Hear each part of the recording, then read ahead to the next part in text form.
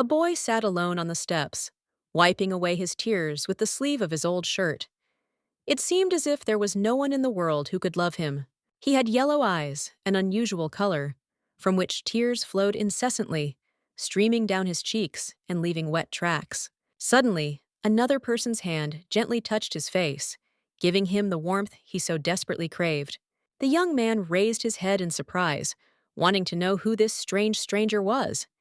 If someone had given him love earlier, the end of the story would have been completely different. On the street, a grown man stood in front of the boy, holding a girl in his arms, and with a stern look called him Lucian. The nobleman was attractive, as was the girl with green hair. They shared one outstanding feature: piercing blue eyes. When the name was spoken, the little lady's eyes widened in complete shock, and her mouth dropped slightly open in surprise. Lucian was the guy with black hair and yellow eyes. The aristocrat had come here to meet his little sister. The young lady recognized the guy because she had seen him in a cartoon webtoon she had read before her reincarnation. Before her reincarnation, the girl lived like a hermit, locked in her room, where she lay on her bed and read manga, sinking into depression. Holding the phone in her hand and immersed in the flickering screen, the recluse remained as if bewitched, not believing her eyes. The cover of the manga featured 3 colorful characters, each with their own personality and eye-catching appeal. The ending of the webtoon, "There's another doll in the dollhouse," was filled with deep emotion and tenderness. The beautiful Lucian hugged his beloved, and the roses growing nearby gradually withered. And so, at the moment when she fell asleep, leaving an angry comment, the girl woke up in the body of another person and looked at her new brother in shock. One of the maids, with grace and patience, carefully combed the long, silky hair. At this time, the other maids, with attention and care, surrounded the little mistress, trying to please her and do everything possible for her comfort. Since the lady was a big fan of novels, it was not difficult for her to look around and realize that she had found herself right in the world of manga. The doors swung open, and a beautiful, fair-haired woman flew into the room, affectionately calling the girl her baby. Behind her, slowly and deliberately, came a man with green hair and red eyes. They stood next to their daughter and greeted her with warmth and pride, calling her a real beauty who inherited her appearance from her parents. Soon, the girl got used to her new life and fully realized herself in the role of the only daughter of the Count's couple, becoming Rachel de Orlando. Before leaving, Mom and Dad, with a gentle smile and affectionate words, stood in front of the little girl and asked her to wait while they went about their business, promising to return soon. Kneeling down in front of his daughter, the father said with a smile that he could always count on her, that the little girl was his pride and support. Throwing herself into the man's arms, the sweet lady was content with the love that was meant for the real Rachel, wanting only to live a happy life. However, that day was the last, and the sweet couple of lovers had to die in a catastrophe, leaving their daughter alone in this world. She, crying into her pillow, felt deep loss and loneliness. While the aristocrat was sinking into sadness, her evil uncle took advantage of the situation, seizing power, taking the title, and completely taking over the family estate. The guy, with sincere compassion and deep respect, expressed his deepest condolences on the tragic death of Count Orlando's wife. I felt doubly sorry for the girl who was left without parents. Her loss and loneliness were especially touching in this bitter moment. At this moment, the Duke came to the house of the petite lady, introducing himself as her godfather, Leon. Being a friend of the father, he took the baby in his arms and promised from that moment to protect and care for her as his own daughter. Together, they got into a luxurious carriage and went to a new home, where a new stage in life and a bright future awaited them. An awkward silence fell between Rachel and the mysterious man sitting across from her, as if words had lost their meaning in this tense moment. Soon the nobles arrived at a magnificent building that resembled a fairy tale castle, with majestic towers and refined architecture. Leon and Rachel got out of the carriage and stopped in front of a huge estate, impressive in its grandeur and grandeur. The girl couldn't hide her surprise. Her mouth opened in delight when she saw the building. Her eyes filled with admiration, and her heart began to beat faster. Taking the girl in his arms, the godfather told her with warmth and confidence that everything that belonged to his family would now become her property. Since the lady was Liam's daughter, he perceived her as his own biological daughter. Leon held the baby close to him, trying to dull the pain of losing his parents. However, their touching moment was interrupted by an unexpected man who suddenly appeared and confidently called the Duke his father. With a serious and wary face, the aristocrat, dressed in his elegant clothes, asked his son with what intention he had come at that moment, disrupting such a delicate and important meeting. When Rachel turned to look at the boy, he stated that he had come to see his little sister in person. Leon took the boy's words kindly, glad that he had finally done what he liked, showing patience and waiting a long time for the new member of their family to appear. After which the man introduced the baby, calling her by name, while she quietly looked at her new brother. She already knew Lucian from the webtoon because of his long black eyelashes, golden eyes, red lips, and the indifferent expression on his face that always made him stand out from the others. In addition, his distinctive feature was a mole near his eyelid, which gave him even more uniqueness and charm. This guy was the main character of the manga and Rachel's favorite, winning the woman's heart with his mystery and charisma. The dark-looking character was often referred to as a repentant madman known as Gon Lucian de Leon. The girl flinched when her godfather's voice, suddenly breaking through from her memories, brought her back to reality. He reminded her that very soon her full name would be Rachel de Leon. Now it became clear to the impostor whose place she had taken. This body belonged to the protagonist's younger sister, a beautiful and pretty aristocrat. Because the Duke often spoiled his daughter, she grew up to be a real brat who often annoyed and bullied Lucian. Ultimately, the evil noblewoman suffered a fatal fate. The noblewoman died at the hands of her brother, ending up as a lifeless body on the floor. Rachel felt an icy shudder run through her body in horror at her terrible end, internally plunging into panic and despair, realizing the inevitability of her fate. The two males stared at the little girl in bewilderment, not understanding why she was so worried and trembling with fear. Rachel resisted steadfastly, refusing to accept death, despite the piercing gaze of the handsome man, who was watching her with a hint of awkwardness and silent surprise. Sitting in the majestic hall, surrounded by luxury and abundance, the little lady slowly and inexorably sank into the depths of despondency. Clutching her head, Rachel decided to think carefully again and put everything in its place in order to understand the difficult situation and find a way out of the predicament. It was known that Lucian never knew happiness in his childhood and was always under the yoke of strict control and the inexorable will of his father. Leon was a merciless tyrant towards the free boy, often taking hold of his stick and using it to teach him cruel lessons.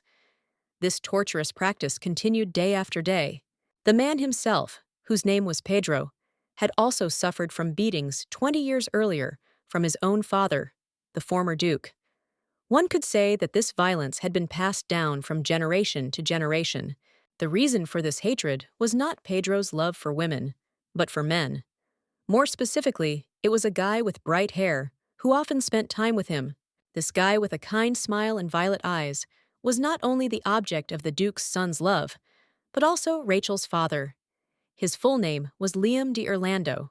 The two, holding hands, hid their true feelings under the guise of male friendship, allowing others to think that their relationship was purely platonic. But everything changed when the then Duke learned of Leon's secret meetings and decided to rectify the situation by using psychological torture and his own force of authority to break someone else's will. Eventually, the two men's paths diverged, and they were forced to part ways, breaking the bond they had tried to maintain despite all obstacles. Instead of his true love, Leon was forced to marry a noble lady chosen for him by his strict father. Soon they had a little son, who, amazingly, inherited the physical features of both parents. However, he was most similar to Leon's hated father, which left a permanent shadow in his son's eyes, reminding him that their connection to the past and dark memories would never fade. The little lady chewed on the delicious macaroon, feeling a headache starting to develop from all the complicated and confusing relationships that were going on among the men in this family. There were crumbs of sweets on the girl's face. She herself was gloomily thinking about her fate, immersed in dark thoughts about her possible death. Rachel folded her arms across her chest and tried to cheer herself up, telling herself that things weren't so bad. The aristocrat mentally pictured a future in which life with her favorite awaited her. Suddenly, in the silence of the room, filled with thoughtful calm, there was a loud and piercing knock on the door, disturbing the peaceful atmosphere. Entered the room after the permission to enter was given, still shining in his elegant outfit, which emphasized his grace and confidence. Rachel was forced to cover her eyes with her hand due to the blinding glare emanating from the nobleman. The guy himself admitted that he came to talk to his sister. He explained that he needed to meet with her to discuss important issues and establish contact. Smiling sweetly, the girl immediately nodded, politely inviting Lucian to join her, trying not to anger the potential executioner who could threaten her future. Seated elegantly on a chair, the guy with unshakable calm and refined dignity kept his face free of any display of emotion, demonstrating impeccable self-control. The lady, watching what was happening nearby, could not contain her delight and admiration, mesmerized by the charm of the main character of the webtoon. Suddenly, another person entered the room, Rachel's personal maid, a refined and sophisticated woman with her hair pulled back into a neat bun on her head. The servants, noticing that the mistress was in the company of the master, immediately froze in place, trying not to violate the unwritten rules of politeness and to remain unnoticed. The girl immediately turned to the maid and politely asked for another cup of tea, demonstrating her desire to spend time in pleasant conversation with her brother. The maid slowed down her actions, and Rachel wrinkled her face in displeasure. Lucian, noticing this, declared that he would leave soon, not wishing to linger longer than was required. Resting her head on her hand, the little girl explained to the maid that she wanted to spend time with her brother, demonstrating her request with genuine sincerity. The maid, overcome with confusion and inner doubts, cautiously turned away, but, overcoming her hesitation, obediently and without unnecessary questions, carried out her mistress's order. While the tea was being prepared, the noblewoman offered her cup to the eldest boy, assuring him that she had not drunk from it, and with a gentle smile handed the cup over so that he could enjoy the drink. Lucian objected and shook his head from side to side, saying that he shouldn't drink the sweet drink. Rachel tilted her head to the side in surprise, looked at Lucian with curiosity, and asked with genuine interest what was the reason for such a restriction. Having received the answer that it was not yet time for the meal, the girl changed her expression with sadness and horror, reflecting deep disappointment. At that moment, sitting opposite the aristocrat on a soft chair, the girl realized her destiny. All the circumstances and her own feelings came together into a single whole. All it took was a sad look at those thin wrists to understand the importance of what was happening. After all, Lucian looked exhausted, as if the skin was stretched over the bones. He never expressed emotions with tears, and it seemed that in such a state he would hardly be able to grow into a strong and healthy man. Without the help of his younger sister, the mad tyrant would not be able to turn into the magnificent handsome man he could have become in the manga. The author froze awkwardly, like a squirrel frozen in front of a monitor, when he heard the loud exclamations of his character, who declared that he was not going to put up with the inevitable tragic end, but intended to change his fate. Forcing a smile onto her face, the lady had difficulty learning from her brother that he lived according to a strictly established daily routine, which brought even more strictness and formality into everyday life. According to the manga, Lucian trained alone every day at dawn, before the sun had even risen above the horizon, immersing himself in his exercises in the silence of the early morning. The growing organism ate only bread and vegetable soup, limiting its diet to the simplest and most accessible dishes. And after training, he went to his strict father, who, despite family ties, did not hesitate to injure his own son, demonstrating cruelty and ruthlessness. The reaction of the servants also said a lot about the state of affairs. No one in this house felt any particular sympathy for the boy, and his presence did not evoke any warmth in those around him. So Rachel decided to trick the future Duke by offering him 2 daily routines, one main one, which was intended for everyday life, and a second, backup one, in case the first one did not go according to plan.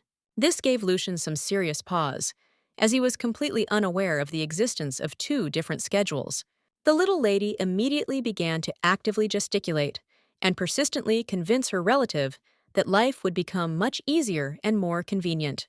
The future Duke hesitated before making a decision and considered it necessary to obtain his father's permission to finally approve the chosen course of action. Rachel, with her eyes pretending to be big and innocent, looked at her favorite, trying to convince him that he should ask for approval. In her past life, the girl read original books and could not even imagine that the life of a nobleman would be so similar to a puppet show, full of strictly regulated roles and formalities. Pretending to wipe away tears with a handkerchief, the aristocrat lamented that now that they were a family, they should spend time together, emphasizing the importance of family ties. Unable to resist his sister's charm, Lucian agreed to try to gain Leon's approval, realizing that it could open the way to the desired changes. Immediately, stopping feigning sadness, Rachel joyfully exclaimed that she would be looking forward to their meeting, expressing delight and joy at the upcoming event. Peeking out from behind the door, the girl waved goodbye to the boy and said that she really enjoyed spending time with him, expressing gratitude for the time spent together. With a dull, deafening crash, the door slammed behind Lucian, who, immersed in his thoughts and worries, went off to do his business. The nobleman, walking around the estate, was amazed at his own naivety, believing that the new sister would turn out to be just a small and stupid girl, carefreely weaving her childish fantasies. However, during tea, she immediately outlined her rights and responsibilities, clearly defining boundaries and establishing clear rules, which left him completely confused. The upset boy stood at the window, running his finger along the glass. Unlike her, he was unable to experience any love and warmth from his own family, which left him completely alone and sad. Lucian pondered how he could successfully combine and implement two completely different daily routines. Before Mr. Madam, she made a request for permission to introduce herself again as Amber, making an elegant curtsy. The maid's job was not only to help her mistress put on her new, elegant dress, but also to guide her with exquisite and refined care to the dining room, where her new family was waiting for her. Wearing a stunning pink dress, Rachel walked like a flower behind Amber through the luxurious halls, which were filled with golden lights and exquisite decorations. She mentally ordered herself to pull herself together, realizing that she had many important and urgent matters ahead of her that required her full concentration and responsibility. In the original version, the adult Rachel, with an expression of pity and hopelessness on her face, lay on the cold floor. The maiden felt how the life gradually left her body, leaving only emptiness and pain. Also, one of the tasks of the traveler through the worlds was to save her pet from self-destruction and bullying of others, in order to return hope and peace to him. First of all, it was necessary to change the feelings of the Duke, a strict and callous father, in order to soften his cruelty and teach him to show compassion and understanding. In addition, the girl did not know whether Lucian's mother, the Duchess, was going to attend the dinner, which added uncertainty to her plans. The woman's name was Camilla de Leon. She was middle-aged, with fair hair and expressionless, empty eyes that did not reveal her true feelings. As far as was known, the noblewoman suffered from depression, spending time in her room by the window and not leaving her refuge, immersed in the darkness of her thoughts. The woman seemed to completely ignore or deliberately pretend not to notice the humiliation and abuse that her own negligent son was enduring, preferring to remain on the sidelines. Rachel sighed heavily, expressing her disdain for Lucian's family, whom she called lousy and blamed for her mental health issues, not hiding her displeasure and irritation. Amber stopped and informed the little lady that they had arrived, noticing that something was wrong with the aristocrat. The lady's behavior showed signs of anxiety or discomfort. Opening the door, the servants announced to the Duke with majestic respect and special solemnity the arrival of the guests, giving this moment the importance and formality appropriate to their high position. Leon sat at the head of the table, beaming from ear to ear, as a variety of delicious dishes were laid out on the table. A variety of salads, meat delicacies, delicious treats, and sweet desserts, creating an abundance of flavors and aromas. Rachel, shocked, froze when she saw the abundance of dishes and treats prepared especially for her, which impressed her with their scale and sophistication. Smiling broadly, Leon joyfully greeted his newly arrived daughter, greeting her with genuine good nature and joy that was reflected in his every movement, as if the man saw in her a long-awaited miracle.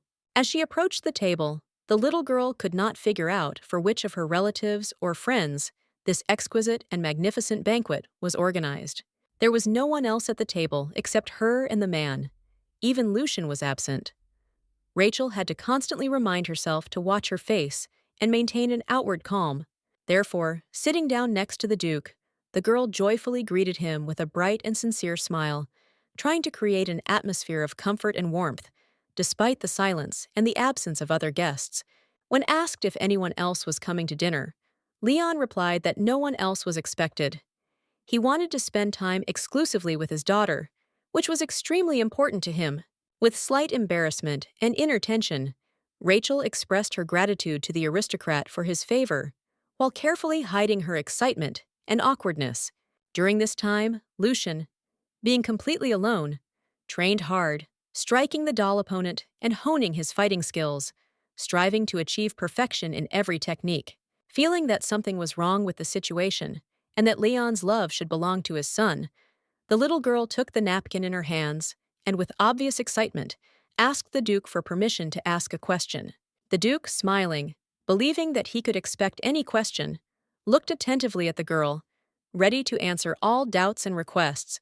With concern and excitement on her face, Rachel asked in a trembling voice if the man really had serious intentions of adopting the baby. The aristocrat did not hesitate to confirm her fears, explaining that it was his duty as a godfather to become the guardian of his best friend's daughter, as he felt obligated to fulfill this important role. With her head down, the little girl was amazed by the sincere intentions of the Duke, who, despite his status and strictness, was ready to so quickly and selflessly accept a stranger into his family. The little girl's next question was why her older brother was absent during the meal, and what could have caused his absence at this important moment of the family gathering. The Duke immediately felt uneasy from his daughter's pleading and sad look, but he still tried to justify himself, explaining that Lucian had her own daily routine. But Rachel wasn't about to back down. With a dazzling smile sparkling in her eyes, she persistently asked the new dad if Lucian could change his plans and join the family for dinner. It was quite cheeky of her, but instead of getting angry or objecting, Leon simply smiled back and said that he would do whatever his little one wanted. The man ordered the servants to immediately bring the naughty child to the dining room, demanding that this be done as quickly as possible in order to correct the situation and bring everyone to order. Smiling happily, Rachel thanked her godfather again for his understanding and willingness to arrange a meeting despite all the difficulties and misunderstandings.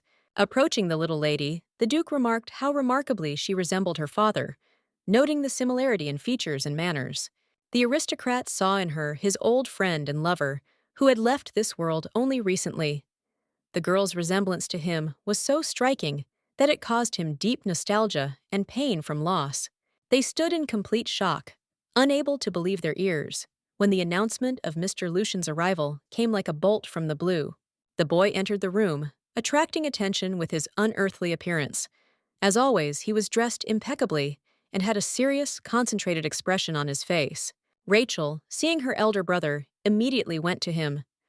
The boy sat down opposite her, also placing himself next to his so-called father, and took his place at the table, as is proper in such a situation. After tasting the flavorful dish from the menu, Rachel immediately asked her brother to try the treat and enjoy its taste, sharing the pleasure of this exquisite dish with him.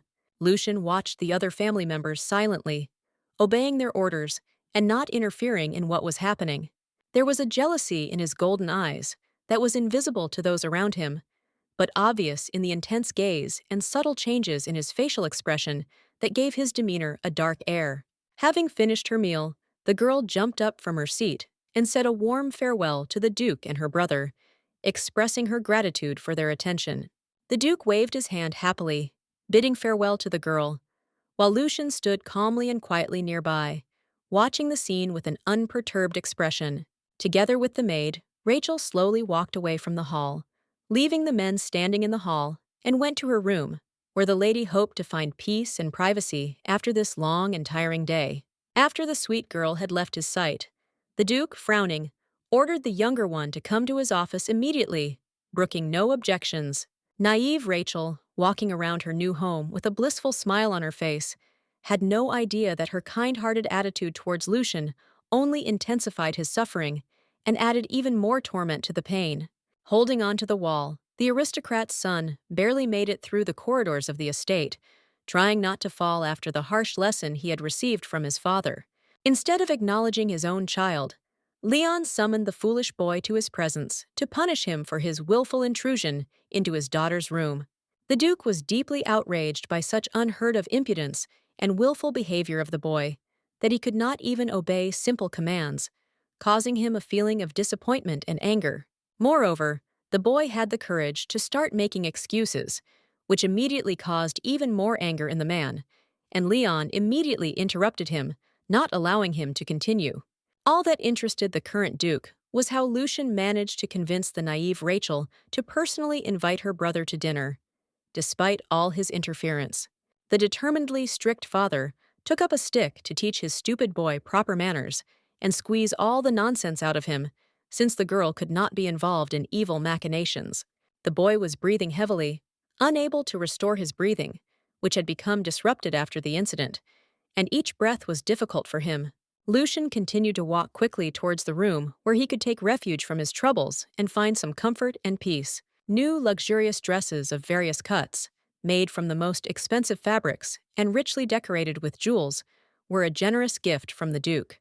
Rachel couldn't take her eyes off the enchanting outfits displayed before her, completely amazed by their sophistication and magnificence, which were literally mesmerizing in their beauty. Amber, with a broad smile, offered the lady, who clearly could not decide, to try on at least one of these magnificent dresses, each of which was made with impeccable taste. To the surprise of the servants, the girl chose a blue dress, which, despite its simplicity, turned out to be the most modest and decent of all the options offered, radiating sophistication and refinement. After Rachel had made her choice of clothes, she confidently walked towards meeting Camilla, followed by her maid, like a shadow, accompanying her mistress. Bowing before the young lady, the other servant apologized, but unfortunately could not allow entry into Lucian's mother's chambers, as she was busy. Disheveled and with her head bowed, the girl could not understand what to expect. It was unlikely that the owner of the house wanted to see the stepdaughter that her husband had brought back from a previous affair. The man who never loved Camilla and married her for political reasons soon hated her son, who was taking care of the daughter of his previous love. It all ended tragically. Camilla, falling to her knees in complete despair, blamed her husband for the irreparable failures of their family life, after which, unable to bear the mental pain, she lost consciousness and soon died. Accepting the maid's refusal, Rachel wished the Duchess a speedy recovery and expressed her sincere hopes for the woman's rapid return to health. In her mind, the girl hoped that her mother would quickly come to her senses and be able to take care of the family before it was too late. After all, Lucian stood with a sword over his enemies, who lay lifeless on the ground.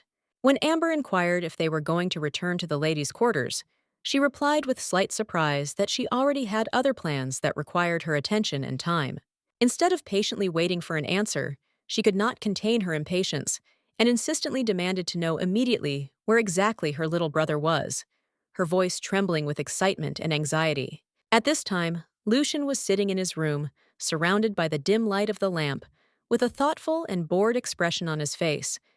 He was slowly and casually writing notes on a piece of paper, immersed in his thoughts.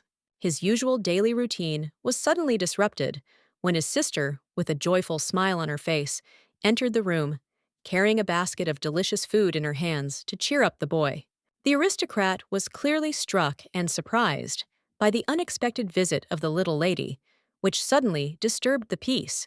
Knowing how poorly Lucian was eating, the girl decided to visit him personally to make sure he was eating more, and offered to share his lunch with him, hoping to improve his nutrition in this way.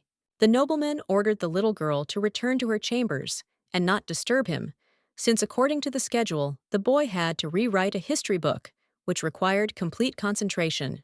When asked about the two schedules, Lucian rudely replied that his father insisted on the need to maintain the basic routine and follow the order without any exceptions. The Duke's son, returning to the table, replied that only by observing a strict routine and discipline Could he become a worthy successor to the dynasty? But at that moment, Lucian suddenly froze as the gentle touch of the fingers holding the grapes slid across his cheek, causing a tremulous feeling. Without wasting time on reflection, the girl resolutely made the decision to take care of her brother herself, realizing that his absorption in studies left him little time to take care of himself. Lucian stared in confusion at the little lady, who waited patiently for him to open her mouth and taste the sweetness he offered her. Deciding to comply, the boy obediently opened his mouth, ready to accept the grapes. There was no point in arguing with Rachel. The little girl felt like a true winner, like she had scored the winning goal in a football match, when she managed to convince her brother to eat at least a little of the food offered to him. After she asked if it was tasty, Lucian suddenly froze in place, his face taking on a blank and colorless expression, which deeply frightened the girl and caused alarm. After that, he suddenly turned to the young lady, and such a surprised expression appeared on the man's face. His heart began to beat faster, and a whole range of emotions could be read in his eyes. Hoping that her brother liked the offered treat, Rachel, with a soft smile, asked him not to be distracted by her and to concentrate on his studies so as not to disrupt the work rhythm. A large blot of ink formed on the paper, which, like an inept stain on a work of art, ruined the entire text that had been written earlier. While the guy was carefully holding a piece of paper in his hands, trying to get rid of an unfortunate blot, Rachel, seeing his anxiety, suggested that he enjoy some fresh raspberries. At that moment, a loud knock suddenly interrupted them, causing them to stop their exciting game of eating berries and instantly become distracted from what was happening. The unexpected interruption broke their cozy atmosphere. This person turned out to be Amber, who came to accompany the lady, adding a touch of solemnity and respect. Since the little lady was invited by the Duke himself, Rachel had to leave the basket of raspberries with the guy, and leave, so as not to delay the aristocrat and not disturb his time. Waving goodbye, the girl wished the handsome man luck in rewriting the text and, satisfied with this, left, leaving the boy focused on his task.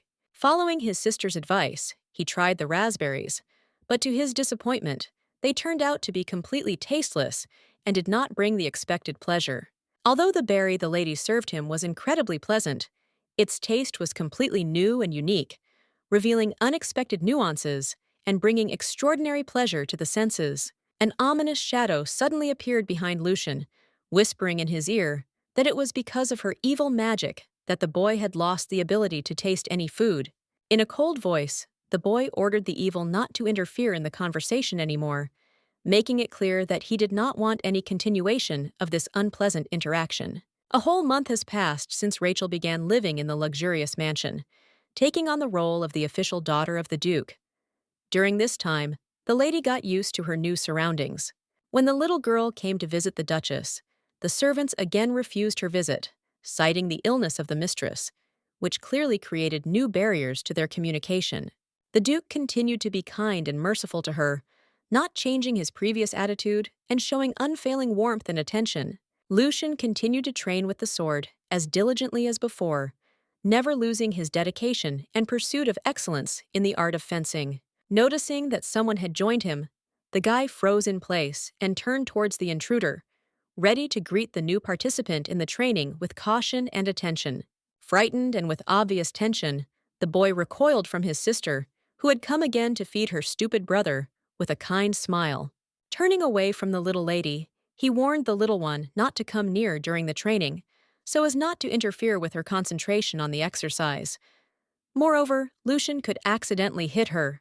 The girl immediately apologized for her intrusion and suggested taking a break to rest on a bench after intense physical exercise. Realizing that it was useless to resist, the boy agreed to take a break and sat down next to his sister to rest and regain his strength.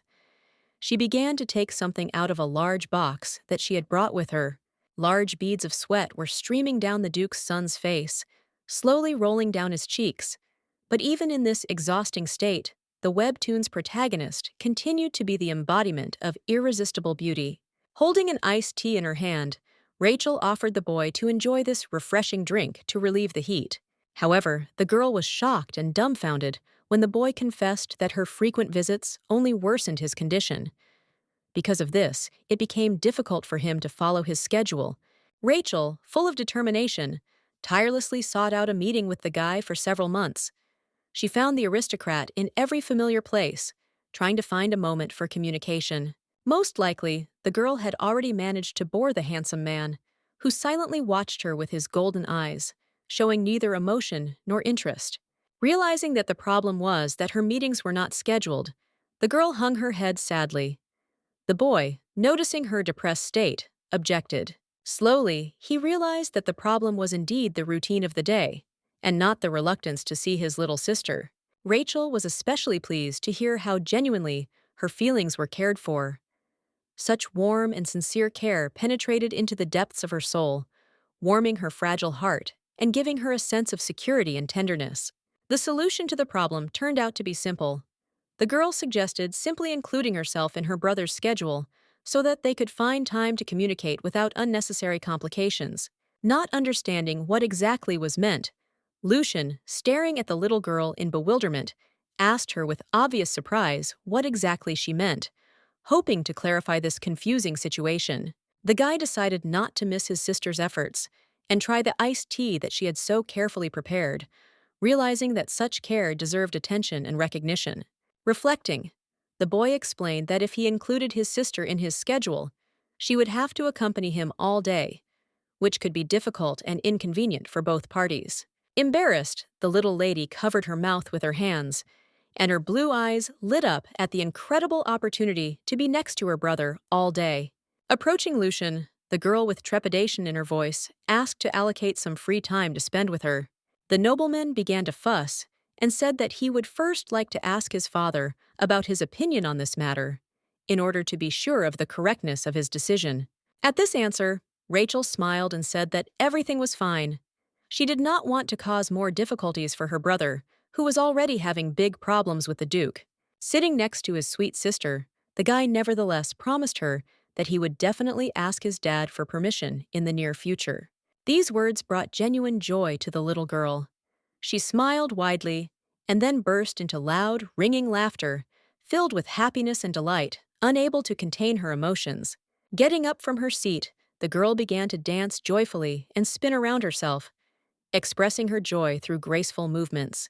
Suddenly, the meeting between sister and brother was unexpectedly interrupted by Leon, who entered the room accompanied by Amber. He greeted his daughter warmly and sweetly. Ignoring his son's presence and gently stroking Rachel's head, the man informed her with a warm smile that the dress was finally ready. The man suggested that she go and try on the new outfit. Lucian could only dream of how, when he completed his academic program, his father would come up to him, hug him, and tell him how proud he was of him, expressing his pride and admiration for his son's achievements. The boy's thoughts were interrupted by the sound of Rachel waving goodbye as she turned around and waved her hand at her brother, expressing her tenderness and warm feelings. However, instead of answering bye, the guy remained standing in place and silently watched his sister leave. Immersed in his thoughts and feelings, the Duke sternly ordered his son to enter his office, emphasizing the seriousness of his intentions and the urgent need for immediate execution of the order, in order to show the importance and urgency of this demand. The man was furious at the boy's behavior, not understanding why he continued to act stupidly and recklessly, despite all the warnings and advice. The boy had no answer to the question of why Rachel sought to meet him so often, and he was left confused, not understanding the reasons for her persistence.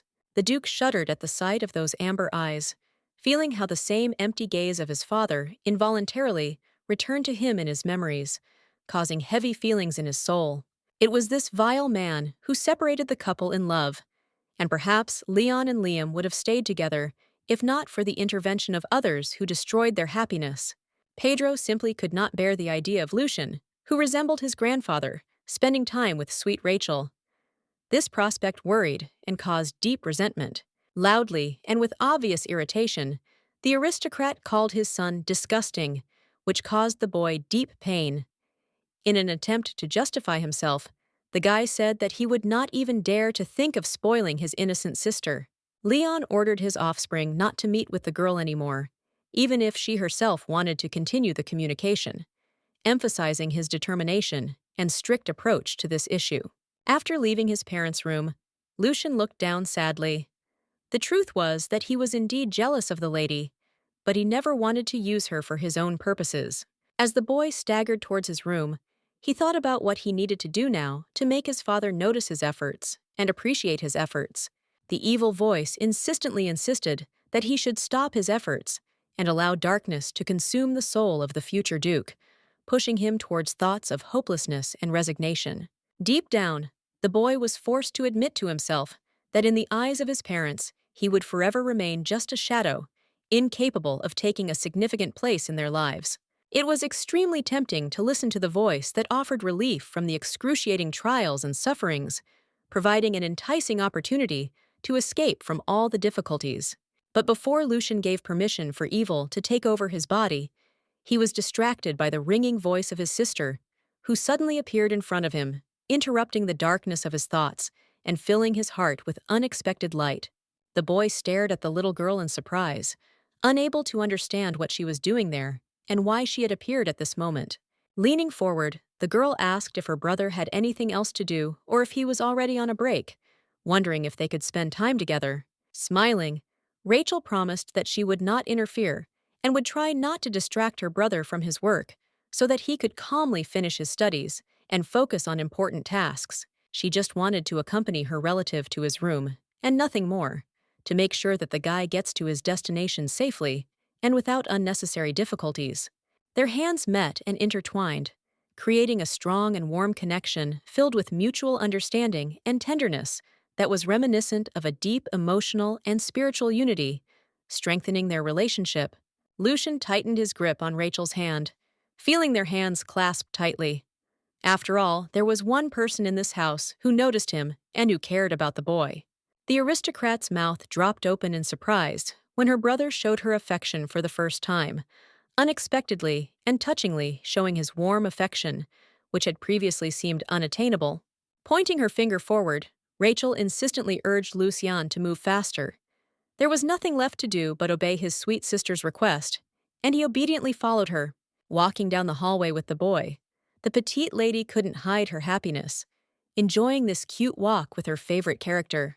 The girl asked the guy if he had a history rewrite scheduled. He responded with agreement, confirming. Rachel, who was very upset and could hardly hold back her tears, realized that they were almost at the door of the Duke's son's room, and this realization only increased her inner excitement and sadness. Holding her brother's hand and barely holding back tears, the girl admitted that she was no longer able to continue on her way, since her legs were in great pain and refused to obey. Looking pleadingly at Lucian and flashing sad eyes, Rachel put on her saddest expression, asking for them to stop. The girl already thought that the aristocrat would abandon her, but instead he knelt down. It turned out that the guy came up with a brilliant solution. He offered to carry the baby on his back.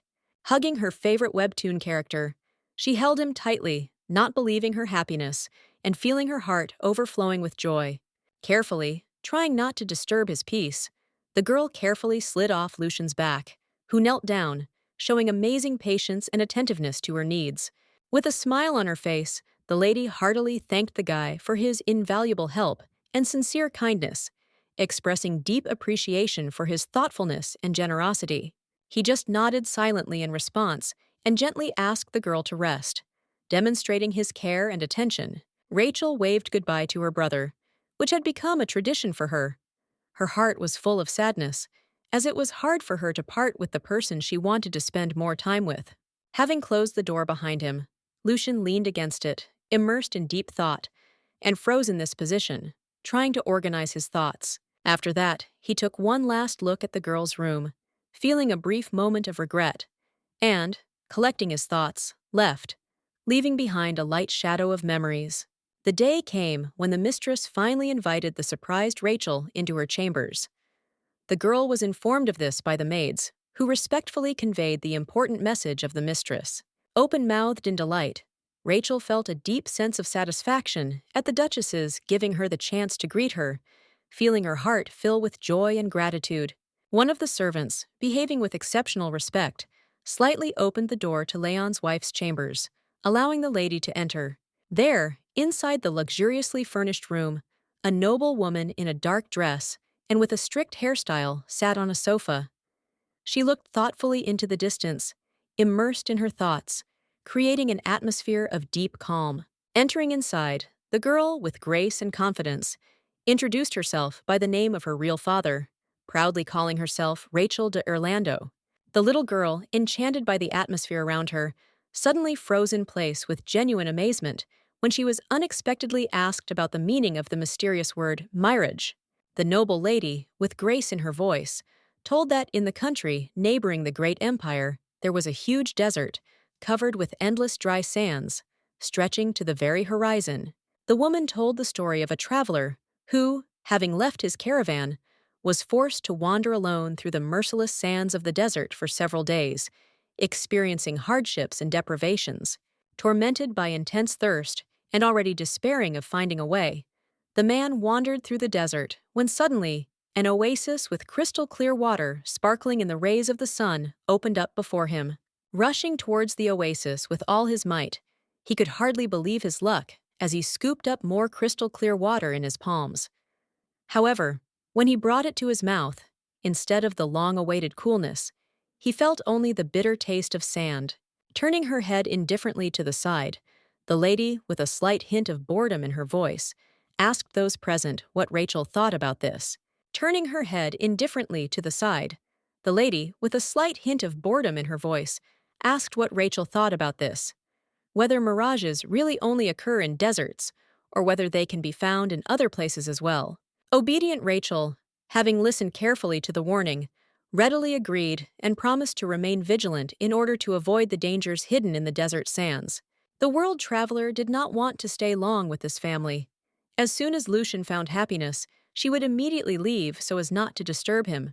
Smiling, the girl asked the heroine not to worry, and assured her that everything would be fine, despite the difficulties that had arisen, adding that together they would overcome any obstacles. Rachel will leave unnoticed as soon as the Duke finally finds true happiness and falls into deep feelings with another aristocrat who will become his chosen one. The strong hand held the sword confidently and firmly, swinging it with dexterity and strength, creating an impressive visual effect. It was Lucian who, tired and exhausted after a long and grueling workout, wiped the sweat from his forehead. His muscles were still trembling from overexertion, and his heavy, intermittent breathing filled the surrounding space. From the side, it seemed to him that his little sister had quickly run up to him. Her face was shining with a joyful smile, and her hands were flapping merrily, like the wings of a bird in flight, expressing genuine happiness at the meeting. The boy felt deeply uneasy because the little lady, who always came at this time, was late today. He could not get rid of the disturbing thoughts. An evil voice coming from behind whispered into the tired Duke's ear, questioning his expectations. The darkness could not believe that he really believed in the constant return of this child. The villain continued to whisper, sowing doubts in the boy's mind, claiming that the little girl could have taken his place because of the Duke's excessive love, which was clear evidence of injustice. When the meeting with the noble lady ended, Rachel, completely exhausted from fatigue and emotional stress, left her chambers, barely moving her legs. Suddenly, the girl's thoughts were interrupted by a man who, showing genuine concern, asked whether the meeting with Leon's wife had gone well. It was the butler, with a stern face and a stern look, who conveyed that Pedro was awaiting the arrival of his daughter with impatience, preparing for her arrival. With her head tilted to the side and her forehead furrowed, the little girl tried to understand what the reason for such anticipation was, trying to decipher the reason for her father's excitement. As soon as Rachel's arrival was announced, the Duke immediately jumped up from his seat, joyfully welcoming her appearance. His face lit up with a genuine smile, and his eyes sparkled with excitement and joy. With a smile on his face, Pedro invited the little lady to go for a walk together, hoping to spend time with her and enjoy the fresh air. Moreover, the man also suggested that Rachel buy something tasty, such as sweets or a toy, to please the little lady and make her day even more special. Having received the girl's consent, Pedro was about to lead her to the map, but the little girl put forward one condition that needed to be taken into account before continuing their journey. Rachel wanted to take her older brother with her, but realizing that it was too early, she agreed to walk with the Duke alone. To this, the aristocrat said that he would be glad if the little girl called him daddy. Smiling understandingly, the nobleman also realized that she might be uncomfortable and was willing to wait as long as it took, showing patience and respect for the other person's feelings. He began to gently stroke her green hair with his hand, assuring her that he would not rush things and would give her time to get used to what was happening, showing his sensitivity and understanding. Holding the hand of her new dad, the girl walked out into the street with trepidation and excitement, leaving the cozy and warm chambers of the luxurious mansion, anticipating new adventures and unknown horizons. The sound of men's footsteps began, their shoes rhythmically tapping on the floor, creating a confident and determined sound that filled the space with an atmosphere of seriousness and intentionality. It was Lucian, walking through the corridors of the estate, lost in his thoughts, considering the possibility that Rachel could take his place as heir. Feeling growing tired, the boy paused and, leaning against the wall, breathed heavily, feeling the tension go away and his strength gradually leave him. The servants stopped in surprise and saw the exhausted gentleman, who, leaning against the wall, was clearly experiencing fatigue and physical exhaustion. They looked at each other and silently came to the same decision that in such a situation they should act carefully and not interfere, realizing that their help could only make the situation worse. Instead of offering assistance, they passed by silently, ignoring the Duke's son, who was panting heavily, and continued their business, maintaining their composure. Lucian could no longer bear the strain and fatigue. His legs weakened, and he collapsed onto the cold floor, finally losing the last of his strength, feeling his body giving in under the weight of powerlessness and exhaustion. Suddenly, there was a loud scream, and a girl with green hair ran up to the boy, her eyes showing deep concern for her little brother as she anxiously tried to understand what had happened. At that moment, Rachel seemed like a ray of sunshine to the guy, an angel who had come to save his sinful soul. And so, walking along the long corridors of the majestic estate, the aristocrat became more and more convinced with each step that this girl was completely unique, possessing inimitable features. Lucian stopped in his tracks as the voice of darkness in his mind began calling him pathetic and predicting that he would lose everything because of a stupid girl. A rich carriage drove through the streets of the deserted city, its wheels screeching on the cobblestones, and the horses, with a loud clatter of hooves, rushed along the deserted roads. A beautiful, graceful figurine with swans and a ballerina, executed in blue, stood elegantly on the display case, attracting admiring glances with its refined detailing. Rachel couldn't take her eyes off such beauty. Her eyes were captivated by the exquisite work of art that was presented in its full glory. The Duke's hands were placed on the girl's shoulders, and he tenderly asked if she liked anything in the store, attentively awaiting her answer and expressing sincere concern. Without thinking twice, Pedro told the owner of the establishment that he would buy absolutely everything that was inside, demonstrating his determination and readiness to purchase the entire assortment.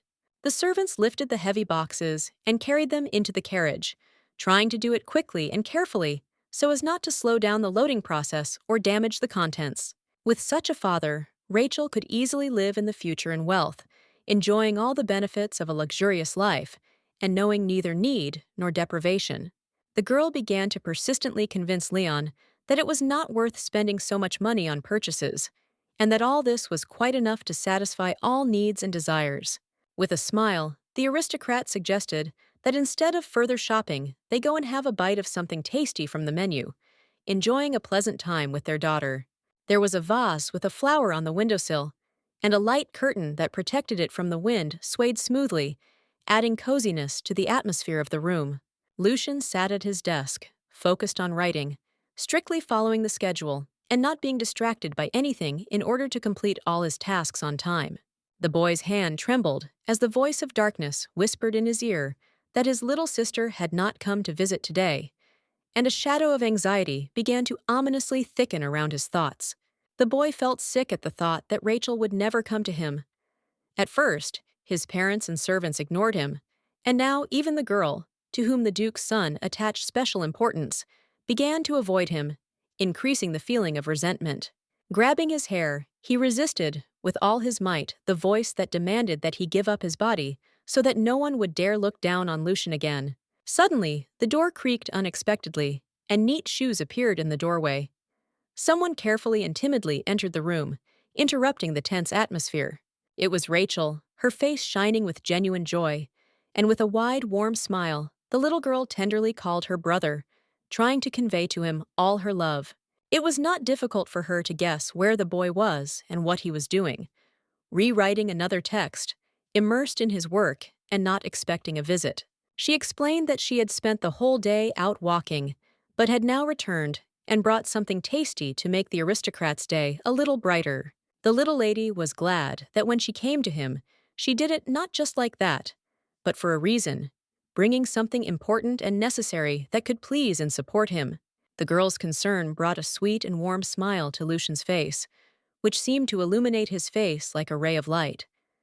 This smile was full of sincere gratitude and affection. The lovely Rachel was the only one who noticed how lonely and sad the nobleman looked. Her attentiveness and sensitivity allowed him to see that sadness and isolation. Sitting opposite the girl, the nobleman stated that he had always been here. The boy's voice sounded with notes of vulnerability, as if he wanted to share his inner world. The girl said with a joyful smile that she had chosen only the most exquisite and delicious dishes for her relative with great attention and care in order to surprise him with a magnificent treat. The jar contained exquisite marmalade, and every time it was opened, it beckoned with its aroma and taste, bringing back sweet moments in memory. Taking a delicious piece of marmalade in her hand, Rachel, with a kind smile and playful tone, asked her brother to open his mouth and try this sweet treat. Obediently giving in to his desire, the aristocrat leaned over with a slight, ingratiating movement and, holding back a delicate smile, carefully bit the candy that was handed to him. Such obedience caused no small surprise in the little lady, who, frozen with the jar in her hand, could not hide her surprise and delight at what she saw. Rachel was full of the intention of offering her interlocutor another sweet, but her impulse was interrupted by the delicate words of the nobleman, who politely asked her to wait a little. The guy grabbed the small table tightly and, with effort, began to drag the furniture closer to the chair, trying to place it so that everything would be convenient and comfortable.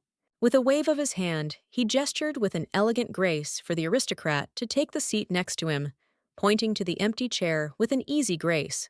The happy girl sat down carefully on the chair, while Lucian took the seat opposite, a small table between them, creating a cozy and intimate space for their conversation. Soon a question came from the guy, who, with lively interest and slight excitement, inquired whether the little girl had spent the whole day in the company of her father, or whether they had parted for some time. Not noticing the catch in the question, Rachel put the marmalade on the table and, with a slight sigh, admitted that she had been walking the streets of the city all day in the company of the Duke, enjoying his company.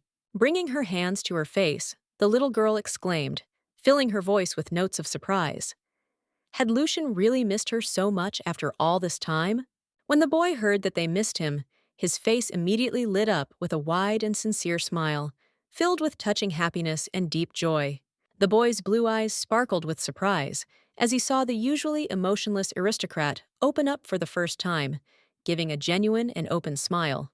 Suddenly, the basket turned over, and packages sealed with a seal fell out. They turned out to be sweets bought in the store, which immediately attracted attention with their appearance. The upset girl jumped up from her seat, and everything she had just bought involuntarily scattered across the floor, creating a mess that further increased the feeling of annoyance. But before Rachel could drop to her knees to begin collecting the scattered things, a man's hand stopped her, gently but firmly holding her back from further action. Immediately, as if realizing his actions, the guy quickly let go of the woman's hand and took a few steps back, leaving the lady alone and trying to correct his awkwardness. Covering her mouth with her hand and smiling admiringly, the girl said that everything was fine, trying to calm the situation. When the Duke's son began to collect the scattered parcels, Rachel immediately rushed to his aid, trying to simplify the process and speed up the restoration of order. Unfortunately, after the cakes fell, they were completely ruined. The berries scattered across the floor, the cream smeared across the surface, and the dough crumbled into inedible pieces. Disappointed, the girl lowered her head and fell to her knees in front of the ruined sweets, unable to contain her grief at the mess she saw.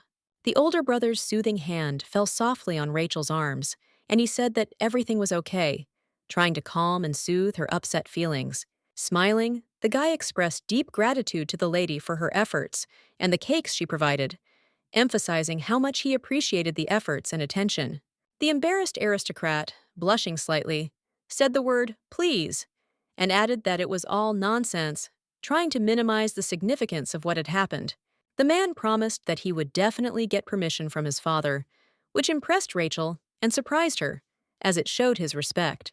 This way, Lucian will have the opportunity to spend more time with Rachel, which will undoubtedly bring joy and satisfaction. It will also help strengthen their mutual interaction. A memory came to mind of the two of them sitting on a bench, discussing the possibility of changing the nobleman's daily routine, planning improvements together, and making new plans. Looking into the eyes of her favorite webtoon character, the girl promised that despite all the difficulties and expectations, she would wait for him, remaining true to her promise and sincere feelings. There was a ripe strawberry on the fork, so delicious and juicy that even though the cake had gone a little bad, Rachel was still determined to treat Lucian to this dessert. With a knowing smile, he opened his mouth and firmly decided that he would no longer avoid the little girl, believing that it was time to change his attitude towards her. As night fell, the moon and stars began to brightly illuminate the vast estate, their light enveloping everything around with a mesmerizing and mystical glow, turning the evening into something magical and enchanting. Sitting in her chair, Rachel couldn't shake off the haunting memory of the story's protagonist's sweet expression that kept appearing before her eyes. Suddenly, as she was searching for answers everywhere, an epiphany came to her, illuminating her thoughts and bringing clarity to the confusion that surrounded the girl. Rachel was determined to see Lucian live a happy life with Noah, his lover, and was willing to do whatever it took to help them be together. In the novel, the lovers suffered a tragic end due to a deep misunderstanding, which led to a chain of events that destroyed their relationship and dreams of a future together. Some other minor characters who also had feelings for Noah only added to their conflict, making things more difficult. Using her fingers, the lady began to count her age, which was 10 years old, and the age of her half-brother, who was 15 years old, trying to understand the difference between them. There was very little time left as the main story of the webtoon was already starting, and every moment was important in order not to miss the key events. Very soon, the main supporting character Oscar was to appear, becoming a symbol of the couple's separation. He was a white-haired guy with eyes red as roses, which gave him a mysterious and gloomy look. The man with the sword walked forward, piercing his enemies with this weapon, and behind him there was only darkness and shadow, as if the darkness itself retreated before his power and determination. Entering the room, the guy with black hair headed towards the bed. His movements were confident and purposeful. He already knew what he would do next. Standing in front of the white sheets, the aristocrat held the sword in his hands with determination, not intending to put it back in its sheath. A gentle hand in a white glove began to gently stroke Noah's head. Its movements were soft and soothing, as if wanting to convey warmth and care to him. With a smile on his face, Lucian asked the seated man how he could live without him now, his voice full of genuine interest and concern. Gripping the sword's hilt tightly, the man resolutely and mercilessly thrust the weapon into his beloved's body. In his mind, the nobleman wished to remain with Noah forever. Awakening from a torturous nightmare, Rachel screamed loudly, her heart pounding wildly, and her body shaking with the tremors of the deepest horror she had experienced in her dream. When the lady realized that all this was just a stupid figment of her imagination, she sighed with deep relief, as if a mountain had fallen from the girl's shoulders. After the tragic death of his beloved, Lucian, unable to bear life without Noah, decided to follow him to heaven, preferring eternal reunion to earthly existence. The aristocrat could not come to terms with the idea that the duke's son could die, and was determined to change the outcome of their fate, using all her strength and influence to prevent the tragedy. A couple in love will finally be able to find long-awaited peace and happiness, enjoying every moment together, as if in a fairy tale, where every day brings new joys and discoveries. Thoughtfully examining the jar of marmalade, Lucian was lost in his thoughts, as if this sweet dessert could reveal to him the secrets of the universe and give him new ideas for inspiration. Rachel, dressed in her new dress and holding a basket in her hands, greeted her little brother with joy and tenderness, her eyes shining with happiness and a smile lighting up her face. Up until this point, he had been completely focused on training, but when he stopped and saw his sister, his face literally blossomed like a flower in the sun. The girl standing next to him said in a soft voice that she had brought refreshing iced tea and aromatic cookies, hoping that it would lift his spirits and add a little warmth to his day. Loudly and confidently, the lady stated that she would only need a little time, about 5 to 10 minutes, to complete her work and return to the rest of her affairs. When Lucian's father learned of his son's request to include his sister in the schedule, he became very angry and expressed his displeasure by loudly scolding him for such a proposal. The main character felt so bad from the bad memories that it greatly upset the aristocrat. She, forgetting about everything, screamed, asking if everything was okay, and hurried to help him. Grabbing the guy's hand, the girl resolutely pulled him towards a shady place where they could rest and take a little rest, giving themselves much-needed time to recuperate. Lucian was once again convinced that Rachel's appearance was not a false impression. He realized that she really liked him, and that her feelings were sincere, despite all her doubts.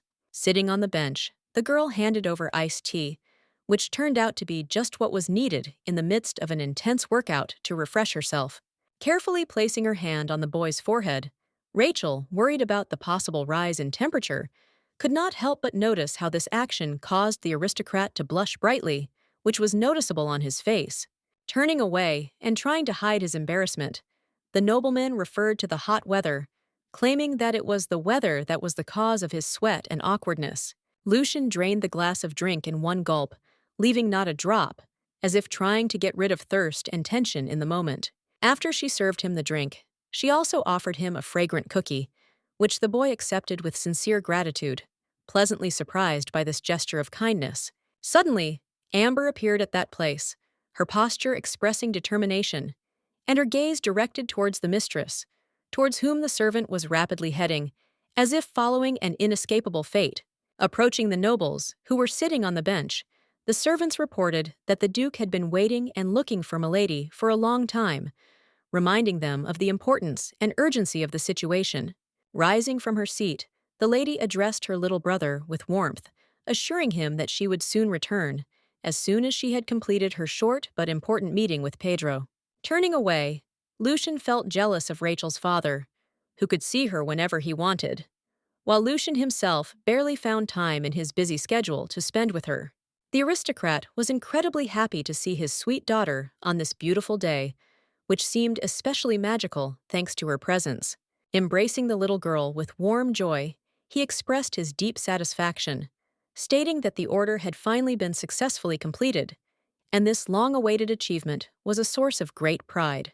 In front, there were 2 platforms covered with white sheets that fell smoothly, creating a mysterious atmosphere and foreshadowing something important.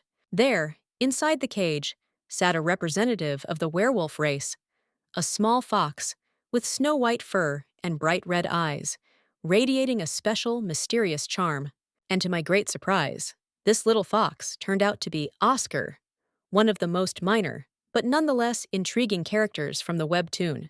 The beastman's basic form was that of a beast, but as they reached sexual maturity, they gained the unique ability to transform into human form, which opened up new opportunities and challenges for them.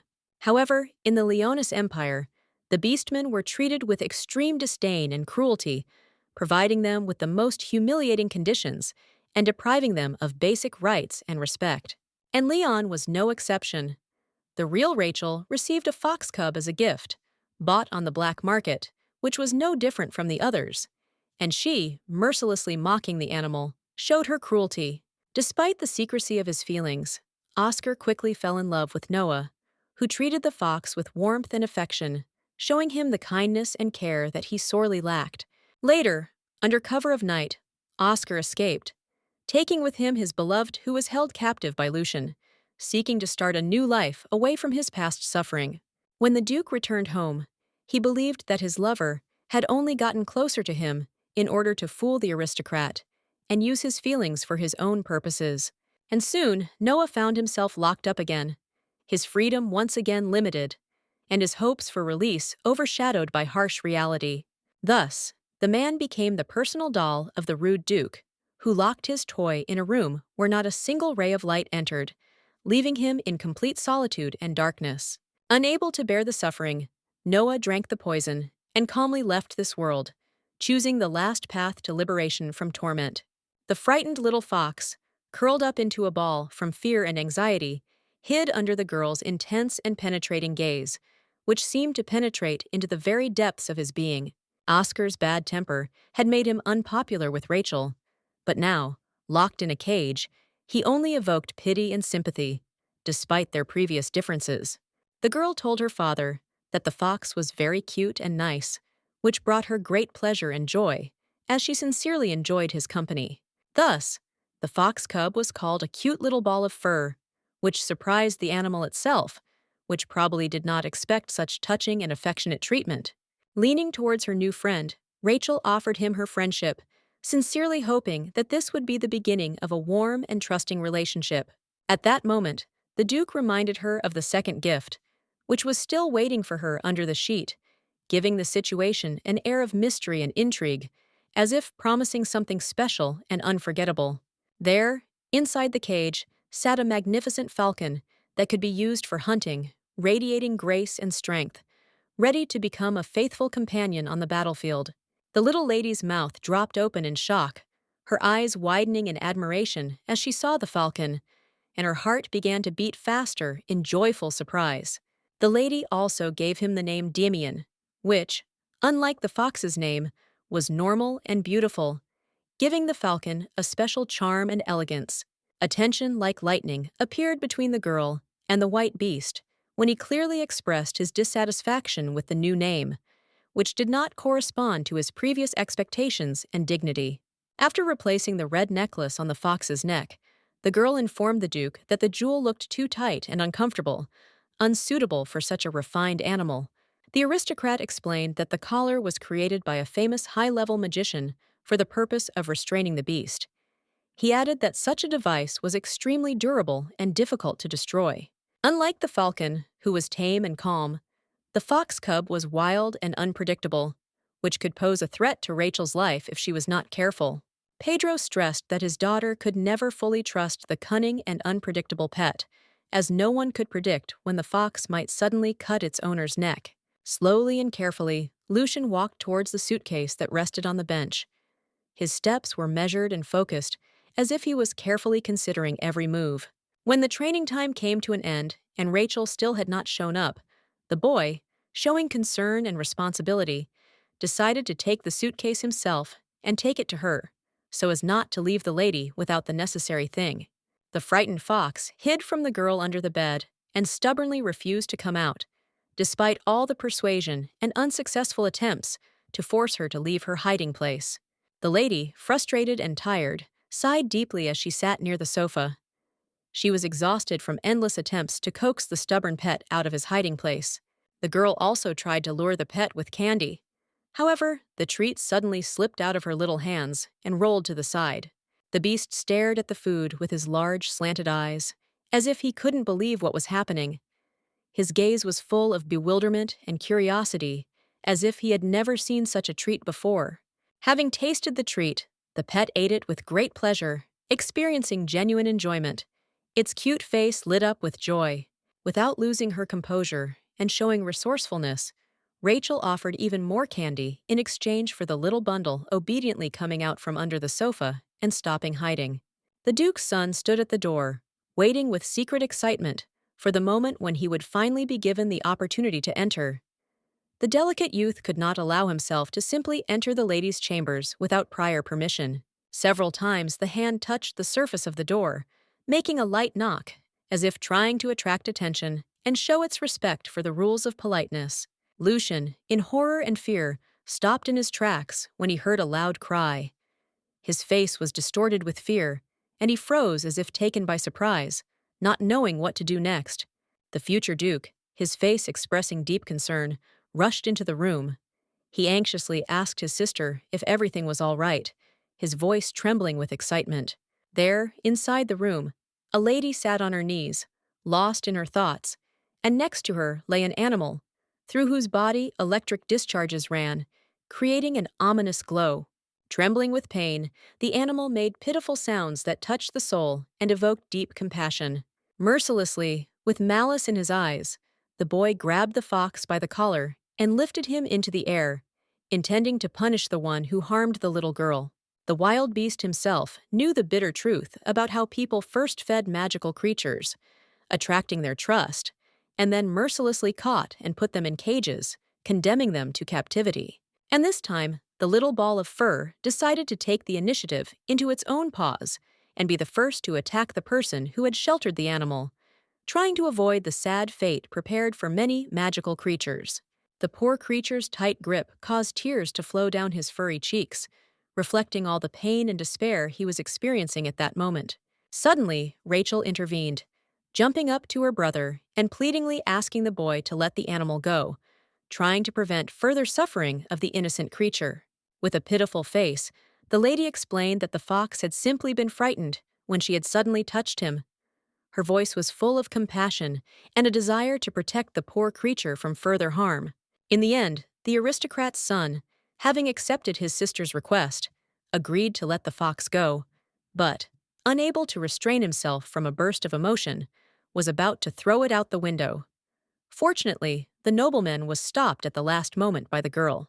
A convincing argument for the aristocrat's son was that these animals, like all the others, were under the patronage of the Duke himself, whose word was decisive in this house.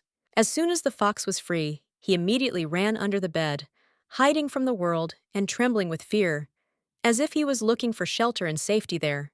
With a smile, the lady added that these animals, being defensive by nature, in the future, when they grow up, will protect her from adversity and dangers that may threaten. With his inimitable beauty and self-confidence, the future Duke made a solemn promise that he would always protect the little lady like a true knight. With words filled with subtle humor, the girl noted that her brother would have something to do besides being a bodyguard when he inherited the title of his cruel father.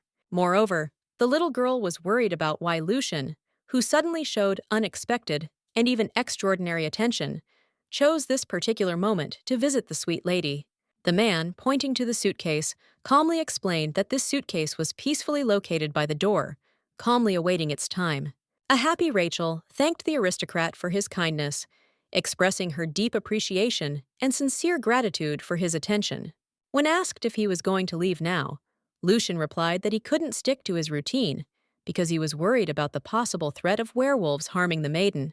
Green candies, like small emerald jewels, scattered across the floor, leaving a bright trail behind them and creating a picturesque chaos in the room.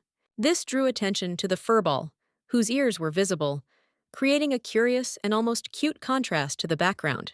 The little animal was extremely unhappy with his new and strange name, which seemed unfamiliar and inappropriate to him. The animal's gaze was full of disappointment when he looked at his new owner. The falcon, bored, drew attention to himself by making a long and expressive curlic sound, which immediately made those around him pay attention to him. The girl, noticing the bird, decided to show kindness and tenderness, gently reaching out to stroke her feathered friend. The gentle touch was intended as a sign of friendliness and care. A bowl of chicken legs was carefully placed on the floor for the pets to eat, serving as food to satisfy their appetite and provide them with complete nutrition. The fox's mouth began to water at the sight of the meat, and his eyes lit up with delight. He was eagerly awaiting the moment when he could enjoy this tasty treat. Rachel, kneeling down, was filled with joy at having been able to satisfy her new friend's demands and felt a deep sense of satisfaction. The aristocrat noticed that first, the father distracted the lady, and then the animals, which eventually led to all this interfering with her full attention to him. The aristocrat's cold gaze betrayed his displeasure. Deciding to distract the Duke's son, the lady suggested that he have a snack and rest, thus offering a pleasant pastime that could at least slightly improve his mood. A plate of grapes was placed on the table, and the girl asked her brother to eat at least that before returning to his studies. After all, a tasty snack would help him regain his strength and distract him a little from his studies. A green berry accidentally fell into Lucian's mouth, and he, with his mouth open in surprise, involuntarily stared at the hand of the lady who seemed to be involved in this unexpected event. Laughing, Rachel asked her brother to open his mouth as if he were a little airplane about to land, trying to make the eating process more exciting and playful to make him laugh. The obedient boy opened his mouth and, sitting on the sofa, enjoyed every moment, enjoying the playful mood and attention of his sister. Dressed in comfortable walking clothes, Rachel stood in front of her pets, holding a plate of treats in her hand, her attention focused on the cute creatures. As they prepared for the competition, they stood in a stance full of determination and eagerness to outdo each other. Each of them was determined to win, and the tension was palpable in the air. The plate was carelessly thrown aside, and the animals immediately rushed towards it, each of them trying to get to the toy first. With its sharp claws, the bird deftly grabbed the circle, instantly fixing it in its tenacious paws, as if demonstrating its dexterity and skill. Proudly, Rachel proclaimed that Demian had won the competition, her voice full of pride and satisfaction at achieving his well-deserved success. As a reward, the animals were given a candy, which became a symbol of their success and efforts.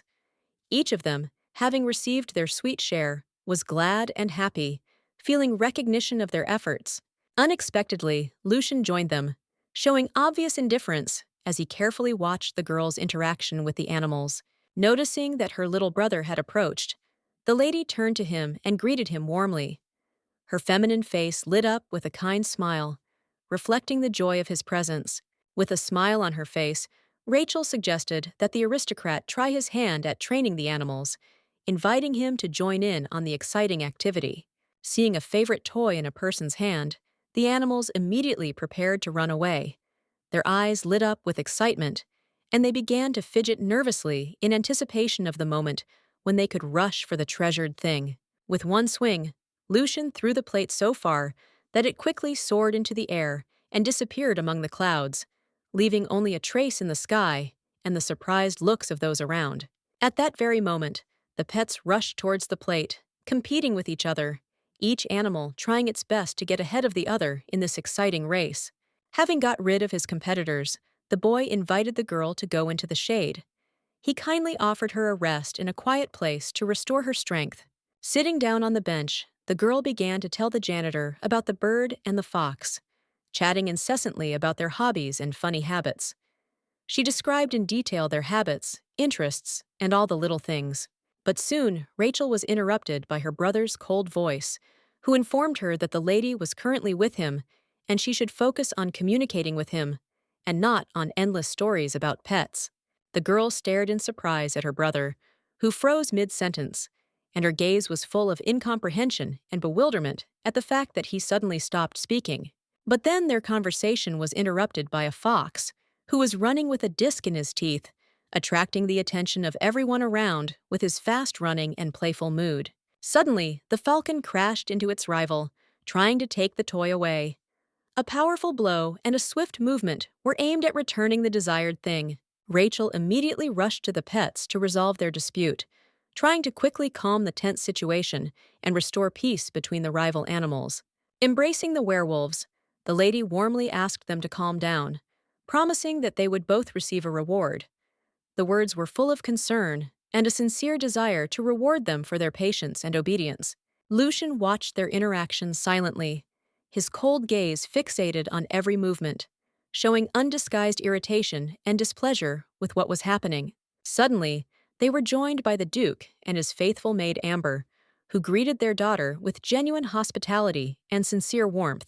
Lucian, feeling increasingly uncomfortable, approached his father, who, paying no attention to him at all, was completely absorbed in the joy of how much the animals pleased the ladies. Rachel agreed with the aristocrat's words, calling the pets obedient and cute, which emphasized her agreement and consistency with his opinion about them. The man returned his attention to his son only when he realized that it was time for training. Irritated, the nobleman asked the boy why he had not listened and started the lesson on time. Pedro pressed him on how he was going to become the heir if he didn't even have the basic self-discipline needed to carry out his duties. Unable to bear the pressure, the girl defended her brother, explaining that he only missed the training session because he was so worried about her and wanted to make sure she was okay. The father merely smiled in response to his daughter's sweet reaction and, without losing his authority, ordered his son to return to the training area, reminding him of the importance of discipline and perseverance.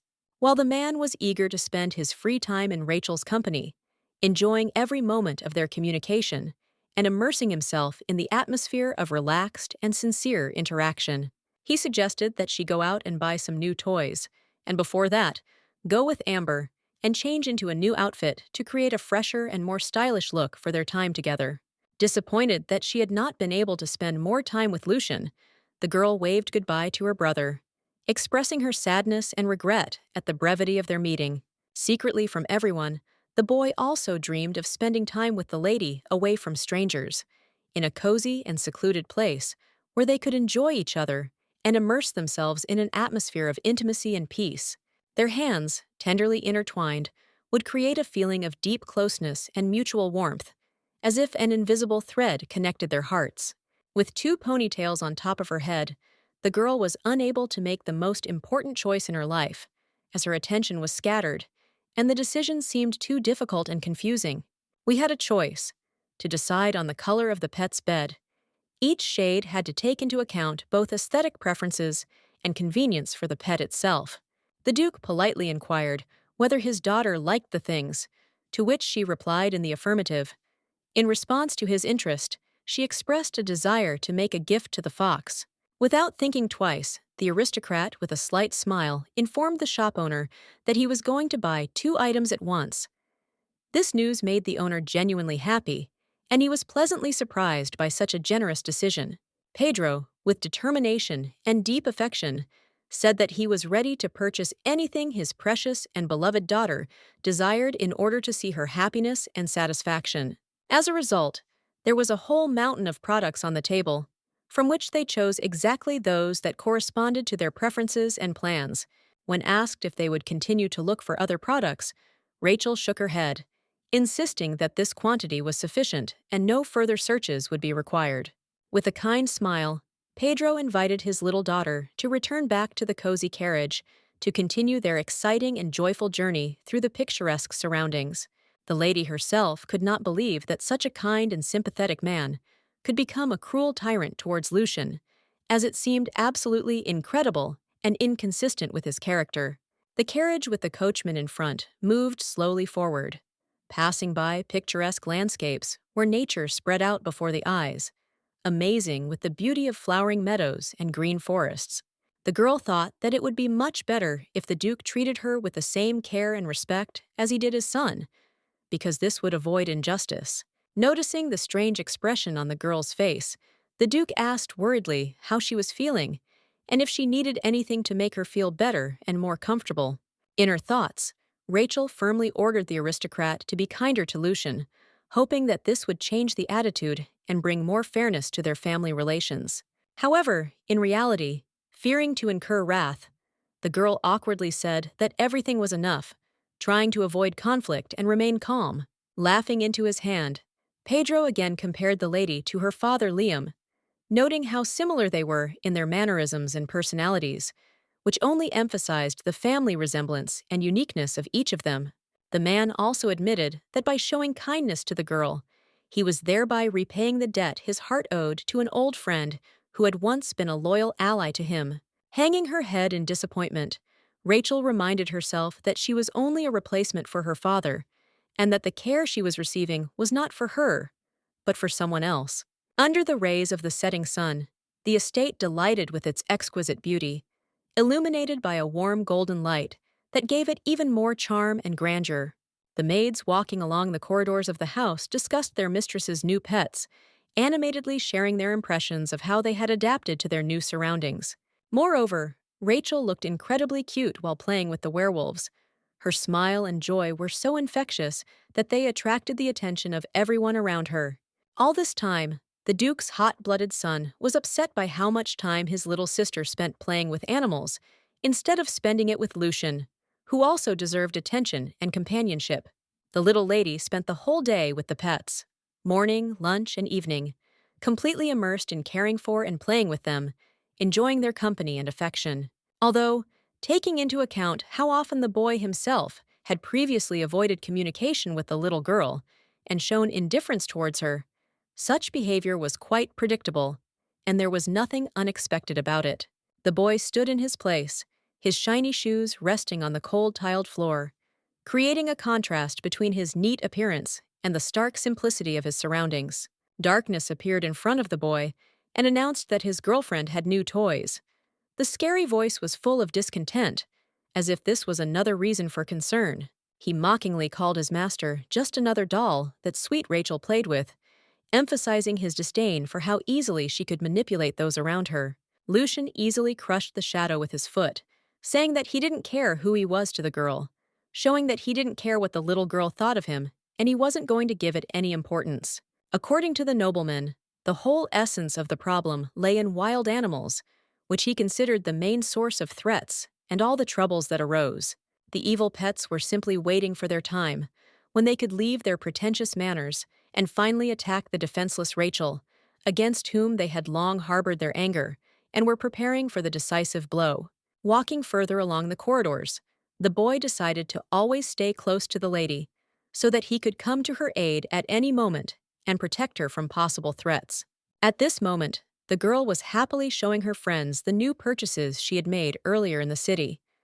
The woman's face was shining with pleasure as she shared her finds and surprises with them.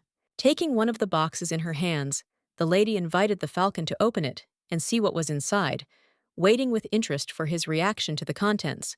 The white fox, thoughtfully and with obvious interest, slowly emerged from his hiding place to carefully examine the jar of sweets that had attracted his attention. When asked how he managed to steal the candy so quickly, the little fox replied by tilting his head and looking at her with an innocent, pleading expression that was so touching and charming. The girl tried to explain to her not very smart charges that eating too many sweets is extremely harmful to their health, carefully explaining that overeating can lead to unpleasant consequences. Unable to contain her sincere emotion, the little lady gave in to the gentle requests of her pets and, despite all the warnings, decided to give each of them one candy. Full of happiness and joy, the pets turned to their owner with sincere delight and gratitude, expressing their deep recognition and admiration for the kindness shown, which made their day special. Memories came to mind that the real Rachel from the story had not shown much hospitality towards werewolves, and her attitude towards them was far from warm and friendly as one might expect. While the world traveler earned the respect and love of those around her, her own behavior towards werewolves was in stark contrast to that image of a noble lady. With a warm smile, Rachel confessed to the pets that she was sincerely glad to meet and get to know them, expressing her satisfaction and admiration for the fact that fate had brought them together. The Duke's son stood before his father in his study, awaiting punishment for his disobedient and willful behavior that had led to this stern talk. Standing before Pedro, Lucian, with deep emotion and trepidation in his voice, uttered the only request that was the most important in his entire life.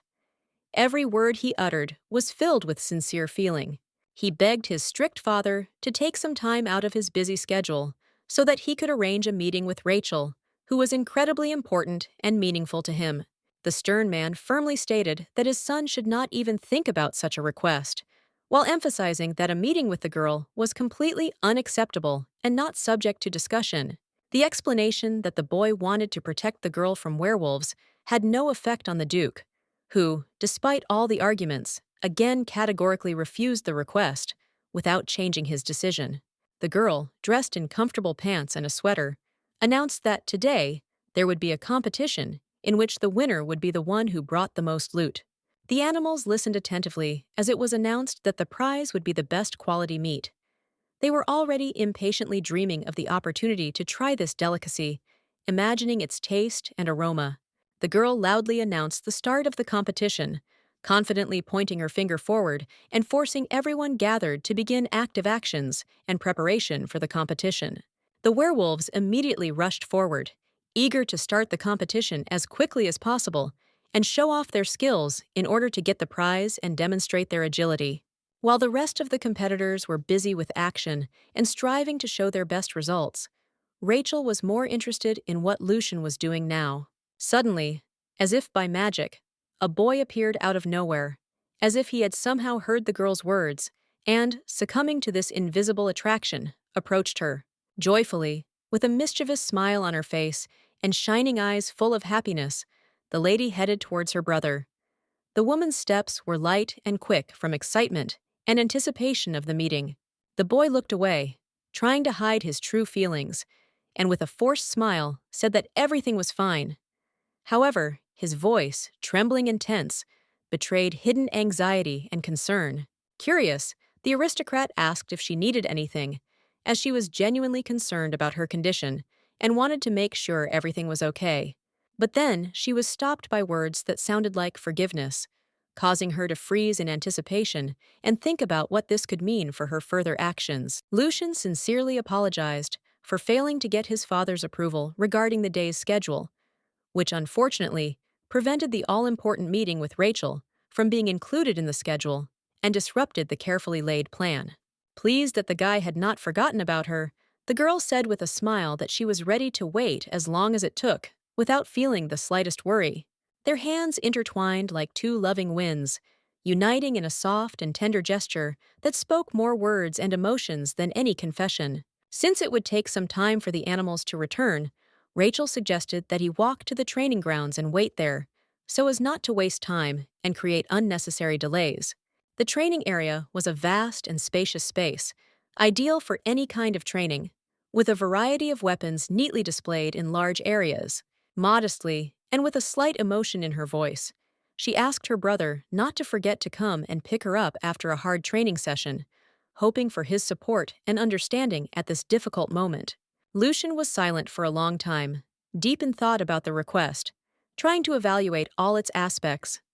Finally, with a soft and warm smile on his face, he gave his consent. Soon the girl said goodbye to her brother, leaving him alone and immersed in his thoughts, and, going about her business, left him to think alone. Secretly, he had only one deepest desire: for the werewolves to finally leave their domain and go away, giving her the opportunity to be alone and enjoy the long-awaited peace and quiet.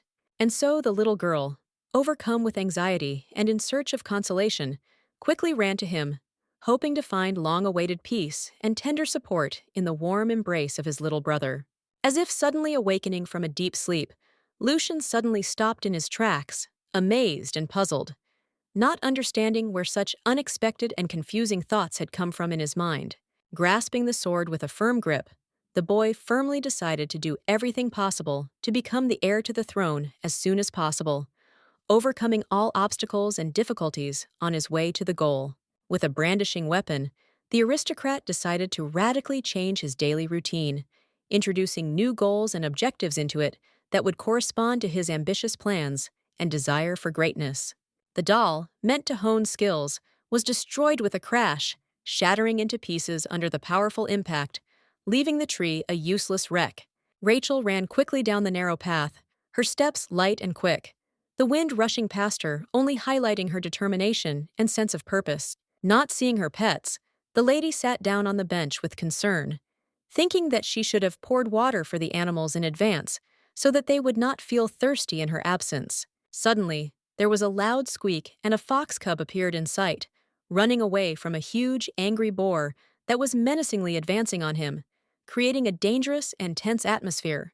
Rachel stared at the scene in horror and terror, her eyes wide with shock and her mouth hanging open in shock, unable to take her eyes off the stage.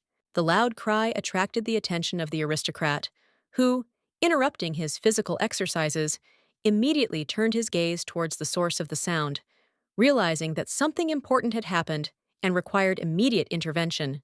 The vicious boar did not lag behind the fox one bit, relentlessly pursuing him with terrifying persistence.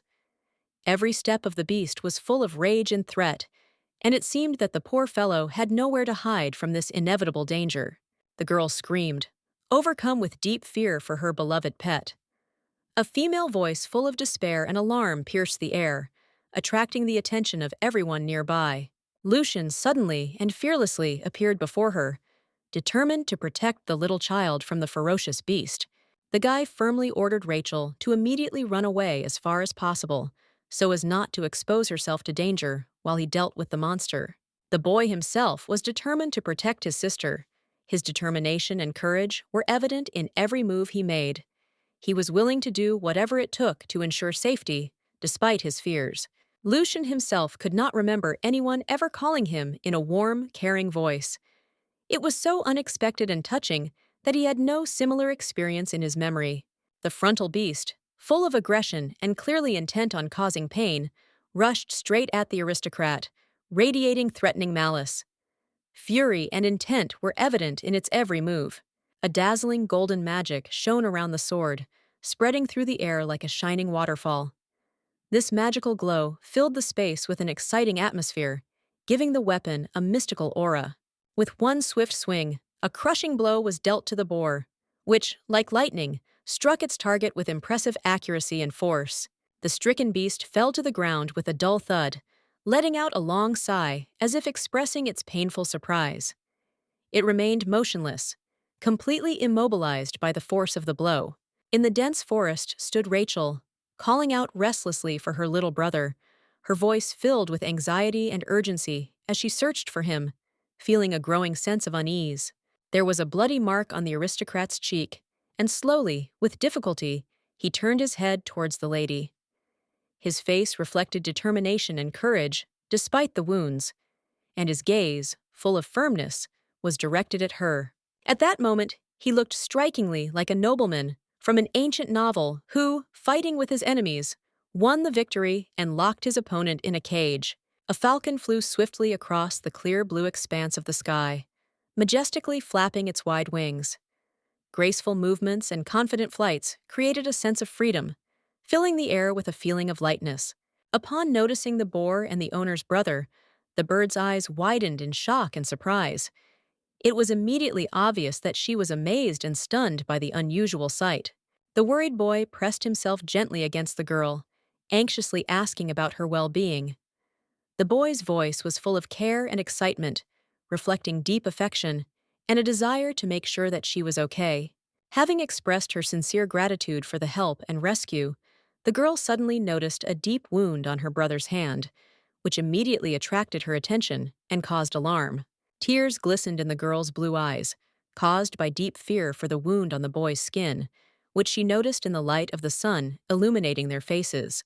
Grabbing the aristocrat's hand, the little girl led him forward so that she could stop the bleeding and bandage the patient's wounds, trying to ease his suffering as quickly as possible. Rachel asked her children to quickly pack up and come with her, her voice soft but firm, as if she were delivering an important message that required their full attention and participation. Lucian, seeing such concern, only smiled in response. His face lit up with genuine pleasure. The boy was touched by how someone showed such warm and attentive care for him. Sitting at her mistress's bedside, Amber took an interest in the aristocrat's condition with deep attention and sincere concern, trying to create an atmosphere of comfort and support at this difficult moment. Rachel sang an ode to her brave brother, who, like a true hero, bravely saved the princess from the evil boar, demonstrating incomparable courage and selflessness. This time, the maid could not help but admit that the duke's son had shown himself to be a truly useful and noble man, whose qualities and assistance deserved sincere respect. Upon learning of her brother's wounds, the girl hung her head in deep sorrow, experiencing a painful sense of guilt for the plight of her favorite. She constantly drew parallels between her past life and the life of the story's protagonist, carefully comparing every event and choice, discovering that they both had experienced unhappy childhoods filled with suffering and hardship.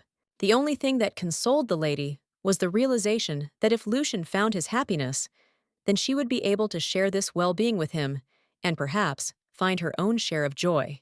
However, the sight of Lucian with blood on his cheek made him think that there might be something much more serious and disturbing behind those marks than just physical pain. At that moment, he looked remarkably like his future self, the one who mercilessly destroyed his enemies and turned into a tyrant, leaving only fear and destruction in his wake. The girl's thoughts were interrupted by a sudden voice that said her name with a gentle, insistent sound, abruptly bringing her back to reality and interrupting the flow of deep and absorbed thoughts. It was Pedro who suddenly burst into Rachel's chambers, showing obvious concern and deep anxiety for his daughter's condition. and wanting to know as soon as possible how she was feeling. The lady hurried to approach her agitated father, who had anxiously approached the bed, and with a soft, soothing voice tried to calm the man, assuring him that everything was under control. With deep sadness, the Duke muttered that he would not be able to calmly look into Liam's eyes in the next world, tormented by the thought that he had not lived up to his expectations and hopes. Moreover, the Duke had already been told by Lucian about the danger of werewolves and the need to take immediate measures to eliminate them in order to prevent further threats. With deep horror, Rachel realized the true meaning of the aristocrat's words. He was going to send her beloved pets to heaven, which caused a wave of grief and anxiety in her heart. Therefore, without wasting a minute, the girl called the man and asked him to personally deal with the fox and the falcon in order to prevent possible troubles and ensure the safety of the animals. She also wanted to take full responsibility for her pets, and the Duke, appreciating her determination and willingness, agreed to such conditions, being ready to trust his daughter's judgment and actions. The little girl also asked to meet her brother, who so bravely saved her, to express her gratitude and share her emotions and experiences with him.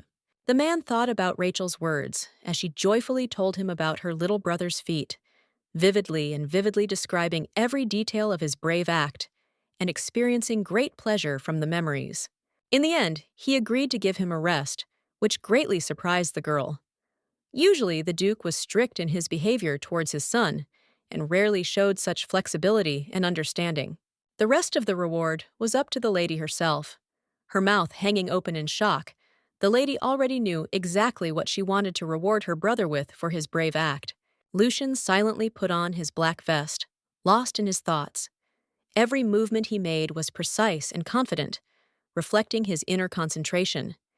He thoughtfully reflected on Rachel's well-being.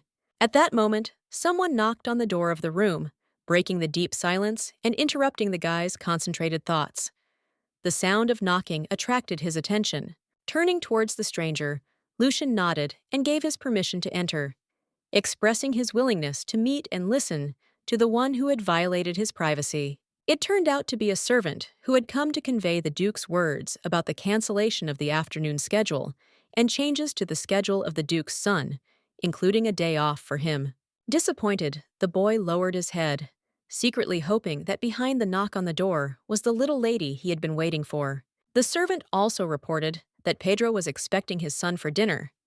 This unexpected news caused the boy considerable surprise, since he knew of his father's dislike for him. The houseworker invited his master to accompany him to the dining room if he was already ready and prepared, giving him the opportunity to quickly move on to dinner and begin the meeting in a comfortable setting. Lucian considered the possibility of having Rachel with him during dinner, imagining how her presence might change the atmosphere and add a special warmth and comfort to the moment. The boy followed the servant, deciding that this time everything would be different from the previous dinner together. Now he was determined not to ignore his sister, but to pay attention to her. The darkness followed the boy relentlessly on his heels, like an ominous shadow, constantly reminding him of its power and calling him its heir and descendant, which gave his path a special dark significance and a sense of inevitability. The Duke's family gathered around a large table, which was generously laden with a variety of delicious treats. The family members enjoyed sampling each dish. The man watched his son out of the corner of his eye, surprised at his good mood. He couldn't help but notice how his son's happy expression and lively demeanor contrasted with what he expected to see. Lucian was interrupted from his meal by the voice of a nobleman calling his name, interrupting his concentrated enjoyment of the meal and calling his attention to an urgent matter or need.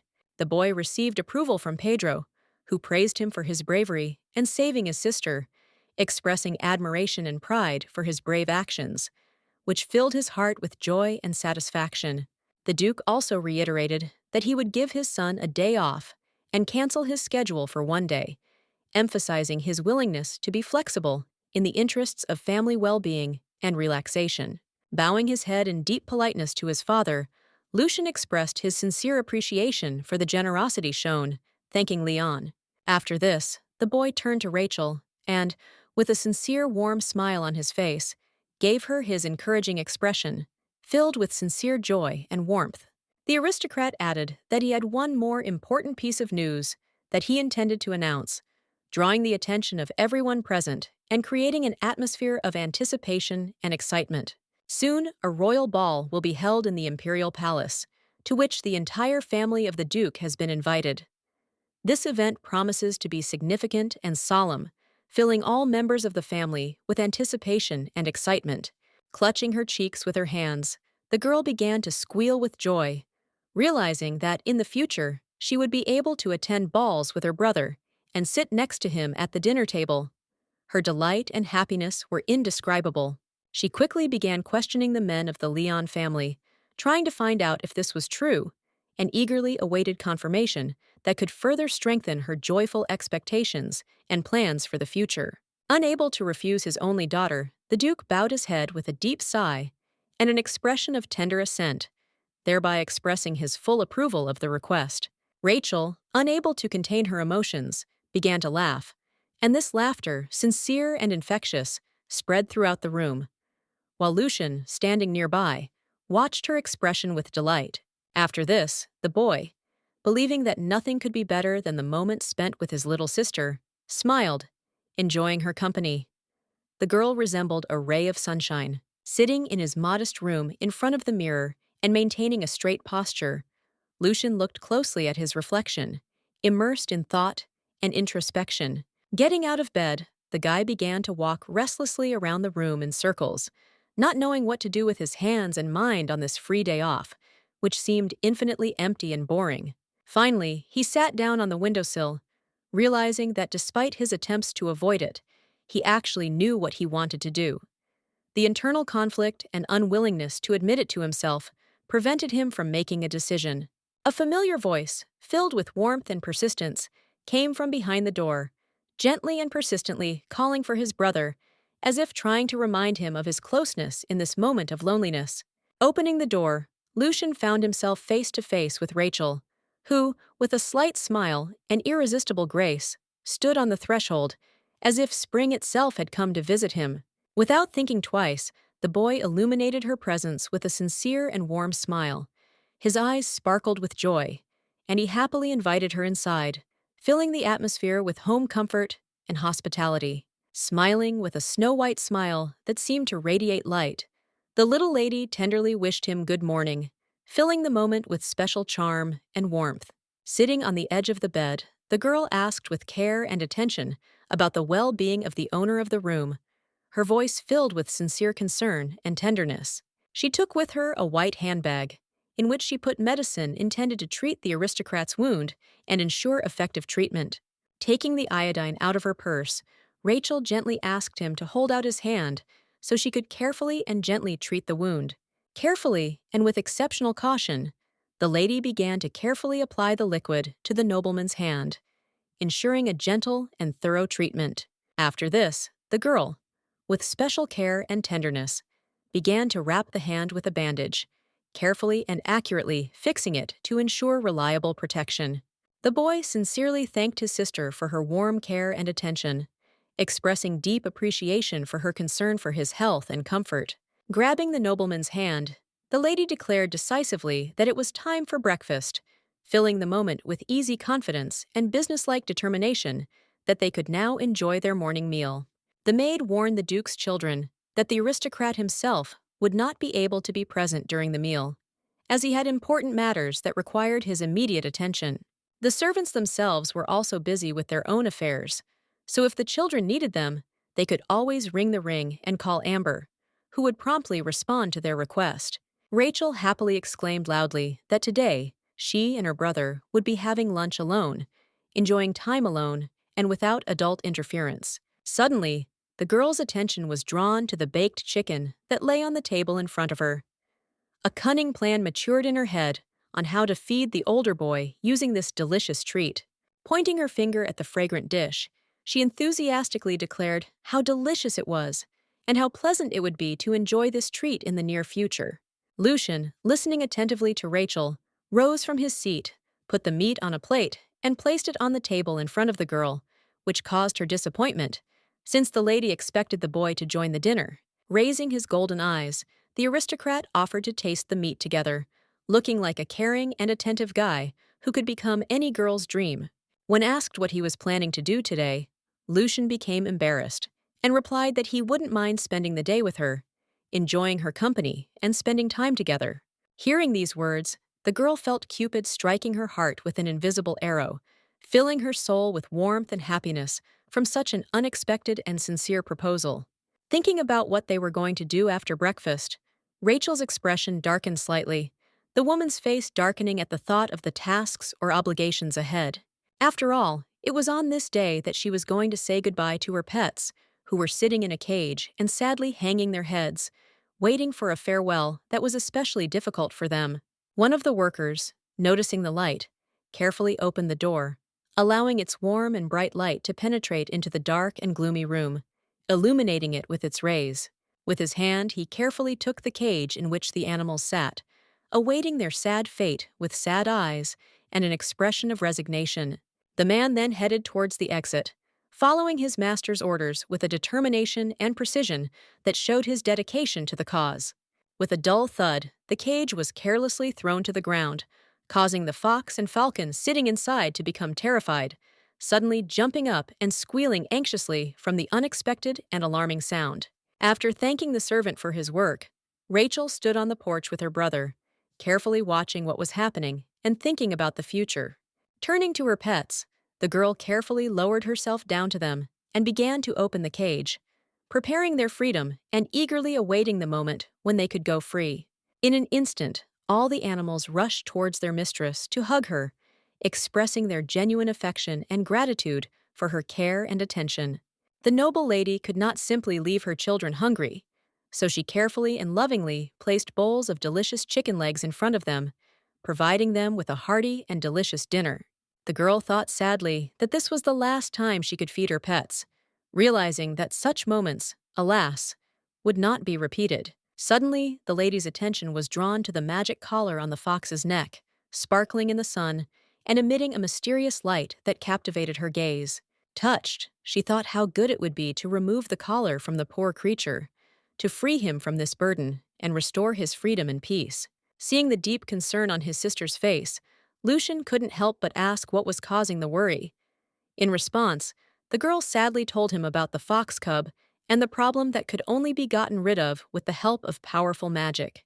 The boy leaned towards his sister and offered his help, which shocked and surprised her, as she did not expect that he would decide to take part in solving such a difficult problem.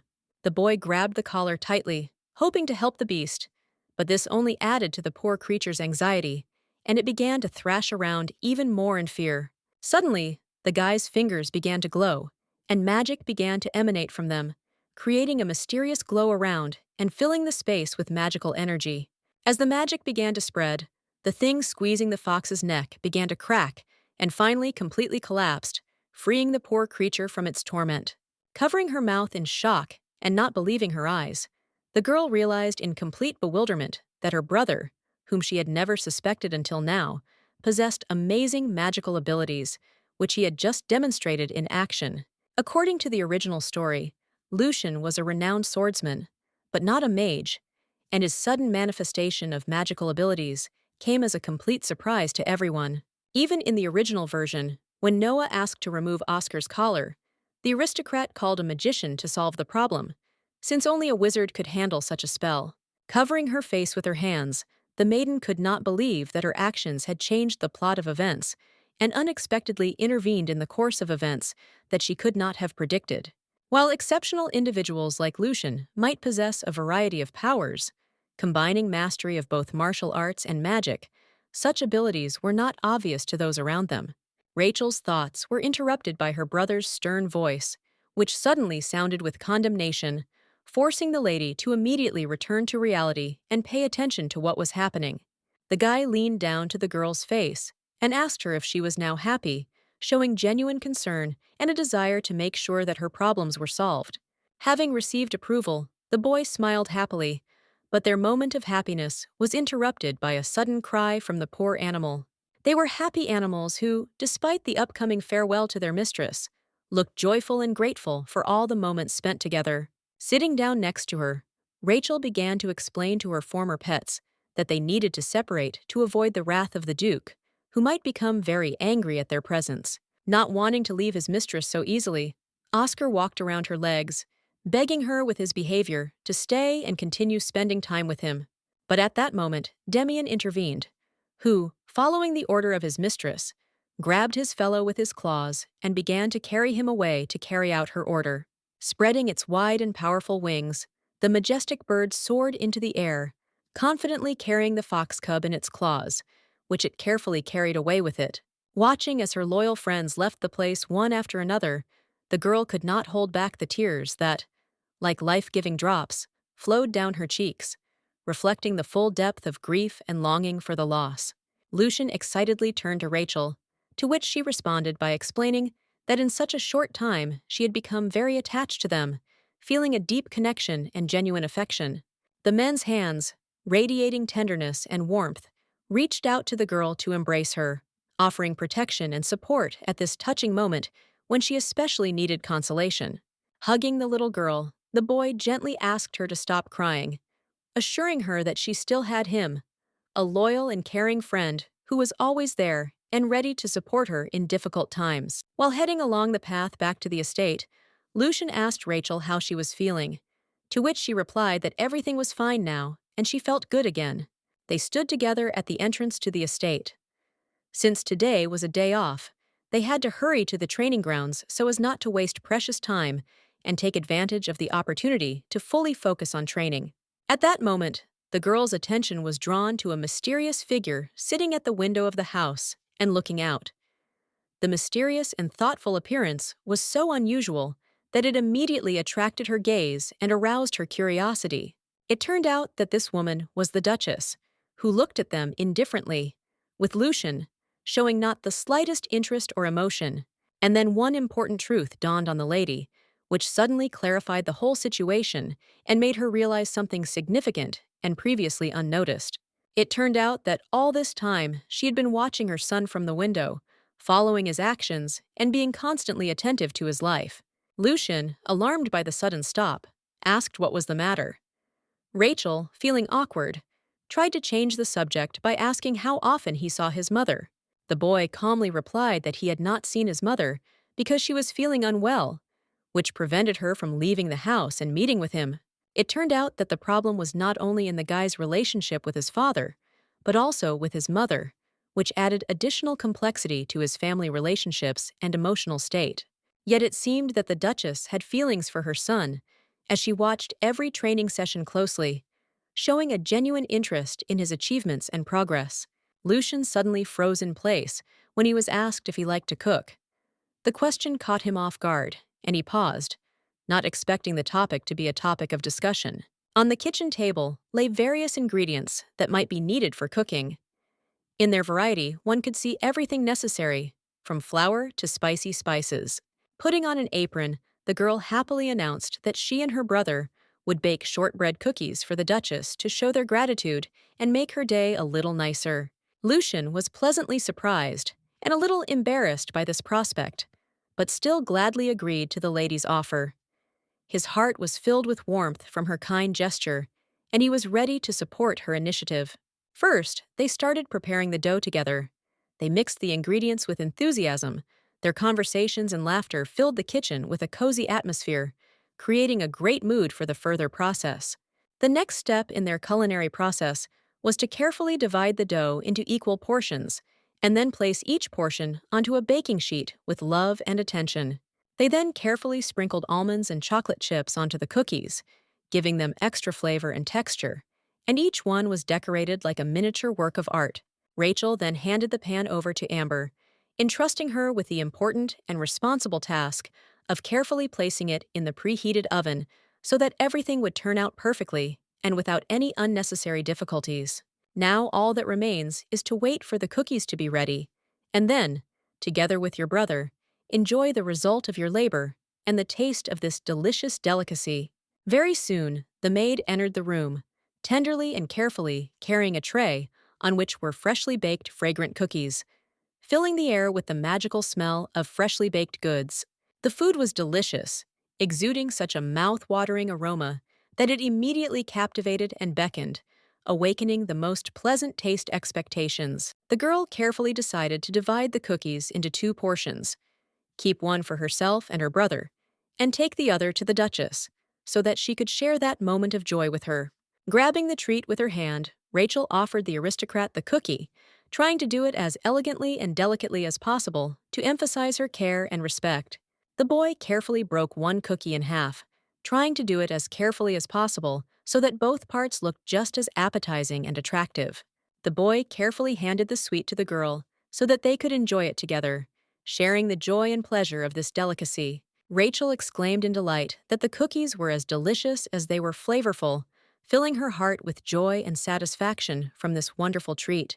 In Rachel's mind, she could only hope that the lady of the house, Lady Leon, would also enjoy the baked goods, and that the little lady's efforts would be appreciated. As the boy finished his meal, he curiously asked what they planned to do after finishing their meal, wanting to know what exciting or interesting events awaited them during the rest of the day.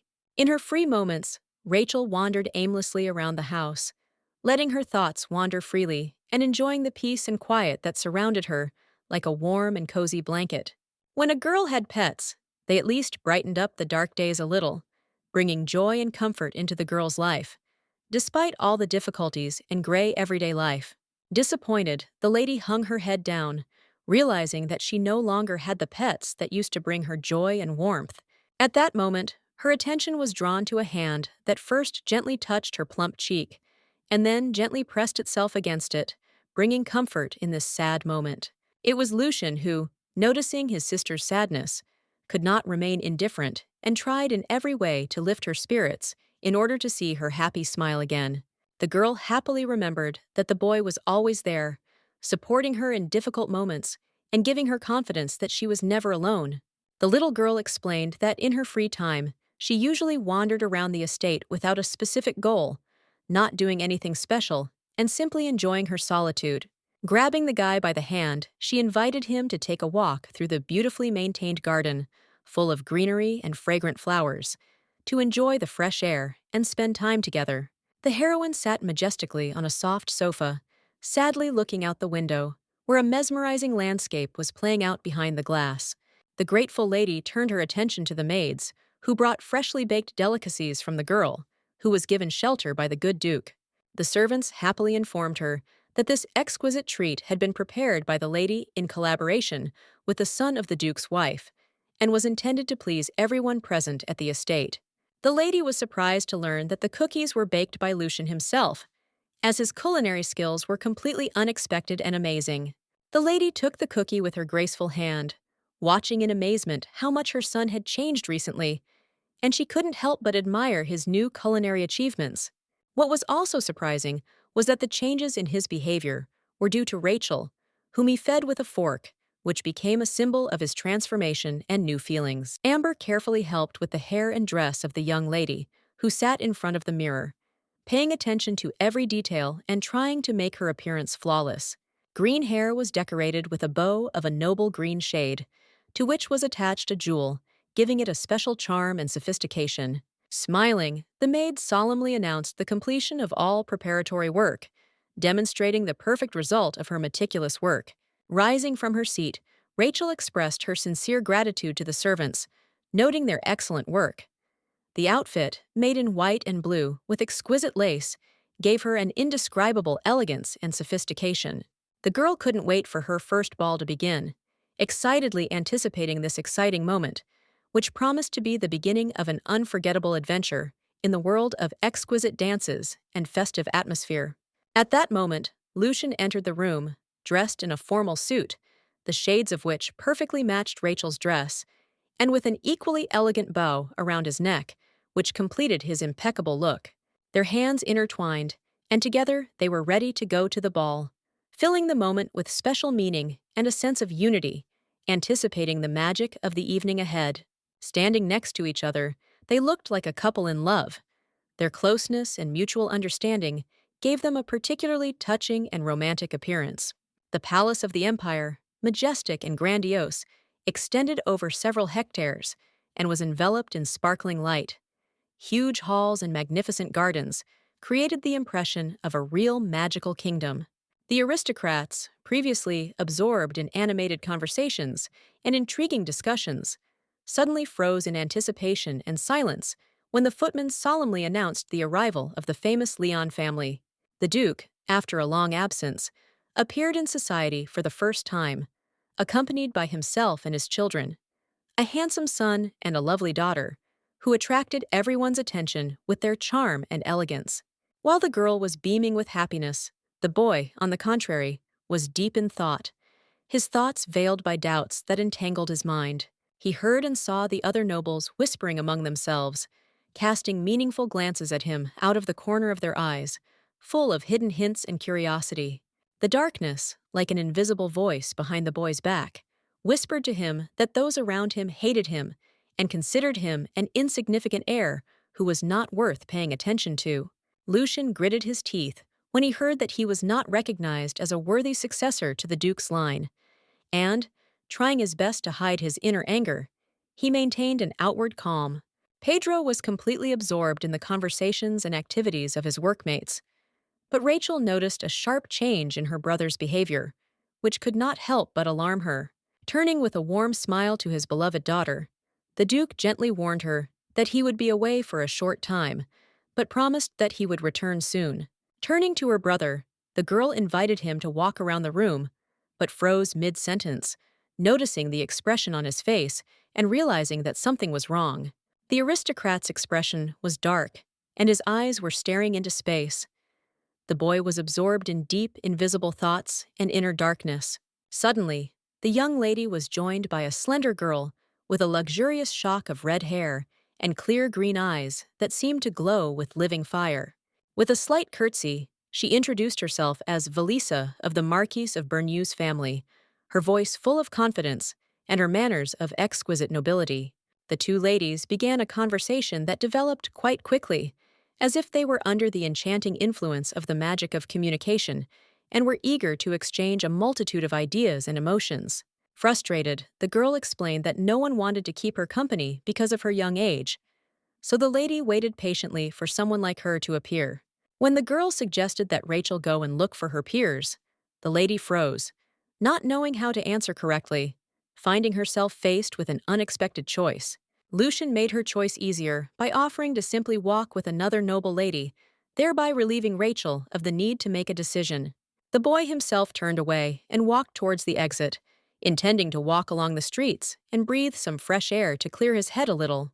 Rachel stood frozen in the hall, motionless, watching intently as her little brother walked away towards the exit. A sad feeling took hold of her, and she watched his retreating figure with longing. Only the moon illuminated the dark sky, spreading its silvery rays across the night canvas and giving the surrounding world a mysterious and calm appearance. The Duke's son sat on a bench in a deserted garden, surrounded by the scent of flowers, and greedily gulped in the fresh air, trying to calm down and rest from the worries of the day. The voice continued to speak to the boy, reminding him of how the others in the room were watching his every move with predatory eyes, waiting for him to make a mistake. Lucian was nothing without his title of heir, since his identity and importance in society were entirely determined by this status. And the vile Rachel, after taking possession of all the riches, will finally show her true nature and will only laugh meanly at her stupid brother, enjoying her insidious victory. The figure emerged from the shadows and gently embraced the boy's face, whispering to him to accept her as the great magician of the last millennium. She assured him that together they could change this world and avenge all the wrongs. And just when Lucian was about to agree, Rachel intervened, running excitedly through the garden towards the bench to stop the darkness from making its decision. The evil shadow vanished into thin air as the girl began to mutter about how worried she was about her little brother. With a deep sense of anxiety, the lady set out to find him, seeking to bring him back to safety.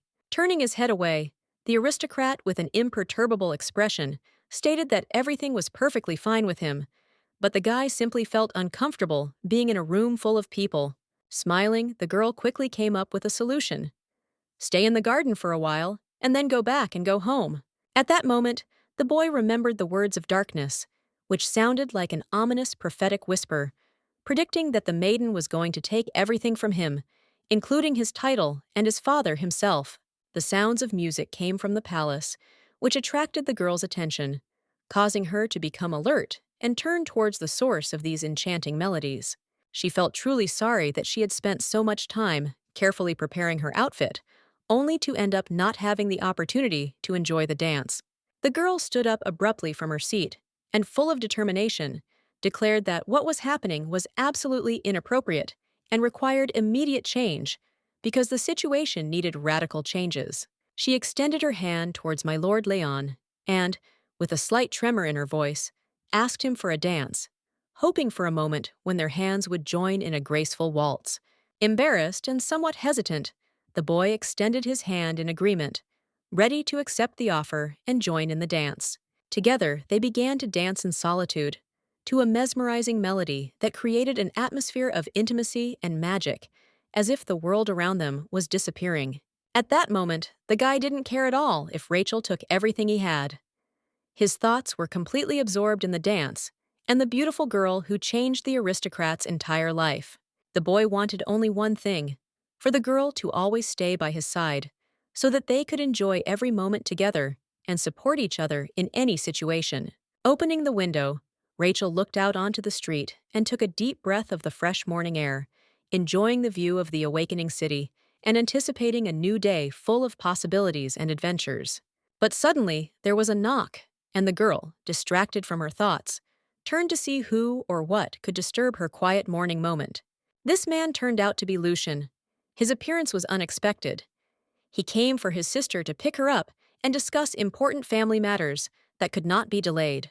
At how much Lucian had grown and become more handsome in a short time, surprised by his changes and remembering what the guy was like before, the worried future duke asked with concern in his voice how Rachel was feeling and whether the lady was ill. The aristocrat was worried, because the baby's health was more important to him than anything else in the world. With a smile and delight, the lady declared that it was the bright light of the guy's beauty that blinded her, leaving a delightful feeling of beauty in her heart. Lucian himself was planning to visit the salon that day, a gathering place for the children of the aristocracy, to enjoy the company of his equals and discuss the latest news and events. It was also here that he was to meet the lovely Noah for the first time, which added even more excitement to his upcoming visit. Waving her hands enthusiastically, the girl said that her sweet brother should definitely make friends so as not to get bored and enjoy time in the company of his peers. She also added sheepishly that he should bring his new friend to the estate and introduce them so that everyone could get to know each other better and spend time together. Lucian, with a warm smile on his lips, assured that he would certainly fulfill this promise during the day. The man's words were full of confidence and determination, just barely managing to avoid losing consciousness from the blinding light coming from the guy. The girl realized that there was nothing else she had to regret. The nobleman no longer seemed to resemble a cold tyrant. He now looked more like a guy with a warm and caring smile that radiated genuine kindness. Rachel silently congratulated herself on successfully completing the mission that changed the fate of the webtoon's protagonist. The girl pulled her brother by the hand, trying to get him into the salon as quickly as possible so that he could rest and recover after a long and tiring day. The only fear was that Lucian might return to his past life, and when he met Noah, he would put the handsome guy in a toy house. The carriage with the coachman was already heading towards the house of the Duke's son, and was now waiting impatiently for him to finish his business with his sister so that they could continue their journey. The couple's hands gradually separated, and Rachel slowly let go of the guy, feeling the distance between them again. The aristocrat said goodbye to the beauty as she waved goodbye, her graceful movement adding a touch of elegance to this touching moment of parting.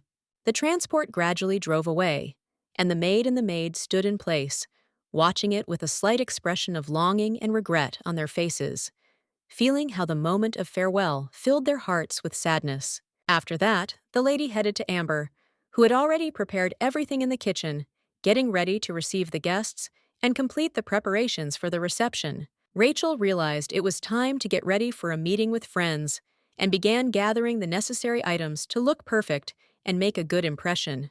The hand dynamically stirred the dough in the bowl, creating a light and homogeneous mass, filling the kitchen with an appetizing aroma. When the girl first made cookies, She couldn't really cope with the task, and many things went wrong. However, now, after many attempts and experience, her skills have improved significantly. The cookies were baked in the shape of cute little animal faces, each one carefully decorated and looking like they had just come to life on the plate. When the lady friends arrived, they enthusiastically admired the baked goods, not holding back their delight at such cute and beautifully decorated cookies. The red-haired girl noted that Rachel's skills had improved significantly, admiring how her culinary skills had reached new heights. Pedro's daughter thanked everyone warmly for the kind words and praise. Her face literally glowed with joy and gratitude, reflecting her genuine pleasure at the recognition of her work and efforts. Valisa was a friend from the ball with whom the girl struck up a pleasant conversation, and their friendship continued after the event, maintaining good relations. The other girls were Aine and Serena, who also became friends with the scarlet-haired lady, joining their circle of friends and strengthening their bond. Proud of her brother, Rachel could not stop talking about him constantly, telling with delight and pride about his achievements and qualities. Gradually, the lady gained trust and established connections so that when the time came to leave the Duke's house, she would have the opportunity to find shelter and support from other acquaintances. Sitting at the table, Rachel ate with pleasure, having settled herself comfortably and cozily, and, enjoying every tasty piece, she said to herself a warm wish for a bon appetit, so that she could fully enjoy this meal. Just as she had seen him off, the lady met her little brother, standing on the street with joyful excitement, ready to greet him with sincere warmth and joy. Each of his approaches was a long-awaited and important event. Despite the servant's request to return, the girl stubbornly continued to stand in place, waiting for her brother's return with impatience and hope. Smiling, Amber looked at Rachel and the young gentleman, who looked like a beautiful couple in love, expressing delight and joy at their romantic interaction. It was a real shock for the young lady to learn that she had been brought to a luxurious palace, with the intention of marrying her to the Duke's son, although the baby was still very young. Looking gloomily at the servant, Rachel asked with a sullen expression what exactly was hidden behind this unexpected statement, and tried to understand the true meaning of the words spoken. It was known that the lady still had an uncle among her relatives, who continued the family line, and was the only representative of the family line. Amber has often come across stories of girls being adopted at such a young age, solely for the purpose of subsequent marriage. In the girl's wild imagination, a scene immediately arose where Lucian was holding her in his arms, and she herself was dressed in a wedding dress and veil, holding a bouquet of flowers in her hands, like in a fairy tale romantic scenario. Rachel, in utter despair and growing horror, screamed that such an event simply could not take place. The female voice was filled with panic and disbelief, reflecting an internal crisis and misunderstanding of what was happening. It was ridiculous, because according to the girl's plans, she was supposed to leave soon, and Lucian and Noah, meanwhile, were going to start creating something new and important together. Turning away and taking a deep breath, the lady began to assure the maid that, most likely, her brother held the same thoughts and opinions as she did, adding notes of confidence to her words. Suddenly, a magnificent carriage with a coachman drove up to the house, who deftly stopped the horses at the entrance. The wheels of the transport stopped with a loud creaking sound, attracting the attention of everyone around. Lucian walked outside, and at that moment he was greeted joyfully by Rachel, her face glowing with happiness as she warmly approached him to greet him. Upon seeing the lady, the boy immediately smiled, and soon a stranger followed him, who, as it turned out, was a friend of the family and also felt happy to meet his friend's sister. A man with shining golden hair and eyes the color of a clear, cloudless sky stepped out of the carriage. His incredible attractiveness and presence were so impressive that it was simply breathtaking. The girl was surprised to learn that the man she was standing in front of was the same Noah, Lucian's lover, about whom there were many rumors and conversations in society. Noticing the boy's informal address to the Duke's son's sister, he corrected him, emphasizing that one should show respect and politeness to the lady. Bowing politely to Rachel, Noah apologized, explaining that the salon was usually informal. The lady was pleasantly surprised by the unusual installation, which was displayed in other places, demonstrating attention to detail and a great sense of style. The man responded with a smile and explained that in this way they establish a strong male friendship, which helps to strengthen mutual trust and understanding. The girl asked excitedly if this meant that the boy was her brother's friend, and her big eyes filled with curiosity and joy at such a possible revelation. Glancing at Lucian, Noah confirmed the lady's assumption with a smile, nodding his head, thus making it clear that they were indeed close friends. Rachel covered her mouth with her hands, unable to hold back a sigh of delight. It seemed to her a real gift from fate, like a present sent by the gods. Having accepted her brother's friend into her family, the girl allowed him to leave formalities behind and communicate more freely, as if he had long since become part of their close circle. She hopefully asked permission to call him Brother Noah, as a sign that she considered him part of her family and a close person. The boy glanced jealously at Noah, who, like a magnet, had attracted his sister's attention, leaving no room for doubt that he was the center of her interest. The blond man admitted that the future Duke spent all his time in the salon discussing his sister. He told how the Duke never missed an opportunity to boast about her virtues and successes. Suddenly, a man's hand appeared in front of the lady, as if interrupting everything around her, and Rachel's attention was immediately captured by this unexpected gesture. In a cold tone, Lucian noted that Noah should leave, and that they could meet later when the situation was more favorable for conversation. The aristocrat put his hand on his new friend's shoulder and gently pushed him towards the transport, indicating that it was time to move to the designated place. The man literally began to forcefully push the resisting Noah into the carriage, clearly hinting that it would be better for him to leave and not linger, leaving his protest behind. An indignant Rachel abruptly pulled her brother away, eager to spend more time in the company of a friend who was especially dear to her. Her desire to linger with her friend, instead of going with her brother. Looking sternly at the lady, the guy leaned closer, and from his intense gaze, she immediately froze, as if frozen in anticipation of further action. With one deft movement, the nobleman picked up his little sister in his arms, carefully and confidently, as if wanting to protect and carry the girl to a safer place. Rachel took one last farewell look at the carriage as it slowly drove away, while her dear brother headed back to their shared home. Noah waved goodbye. Looking out of the carriage window, his gesture was full of warm sincerity, expressing gratitude and hope for a quick meeting. As they entered the house, the girl, unable to remain angry for long at such an attractive man, pounced on Lucian with a sudden display of tenderness.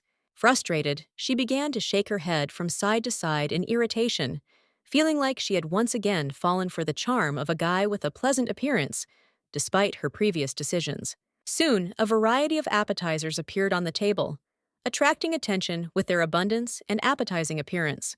Amber, with sincere wishes, wished all the guests a bon appetit, and smiling, easily left so that they could enjoy the dishes in a calm and pleasant atmosphere.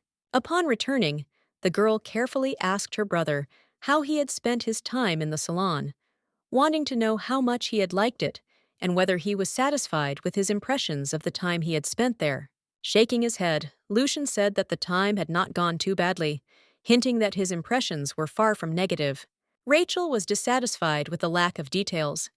In her mind's eye, the couple stood next to each other, smiling and laughing happily, creating the perfect image of a romantic getaway.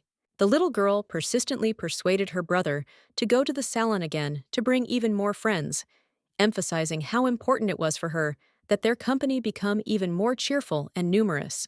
Rachel suddenly realized that the guy had brought his friend not on his own initiative, but solely at her request. This realization came to her like a bolt from the blue.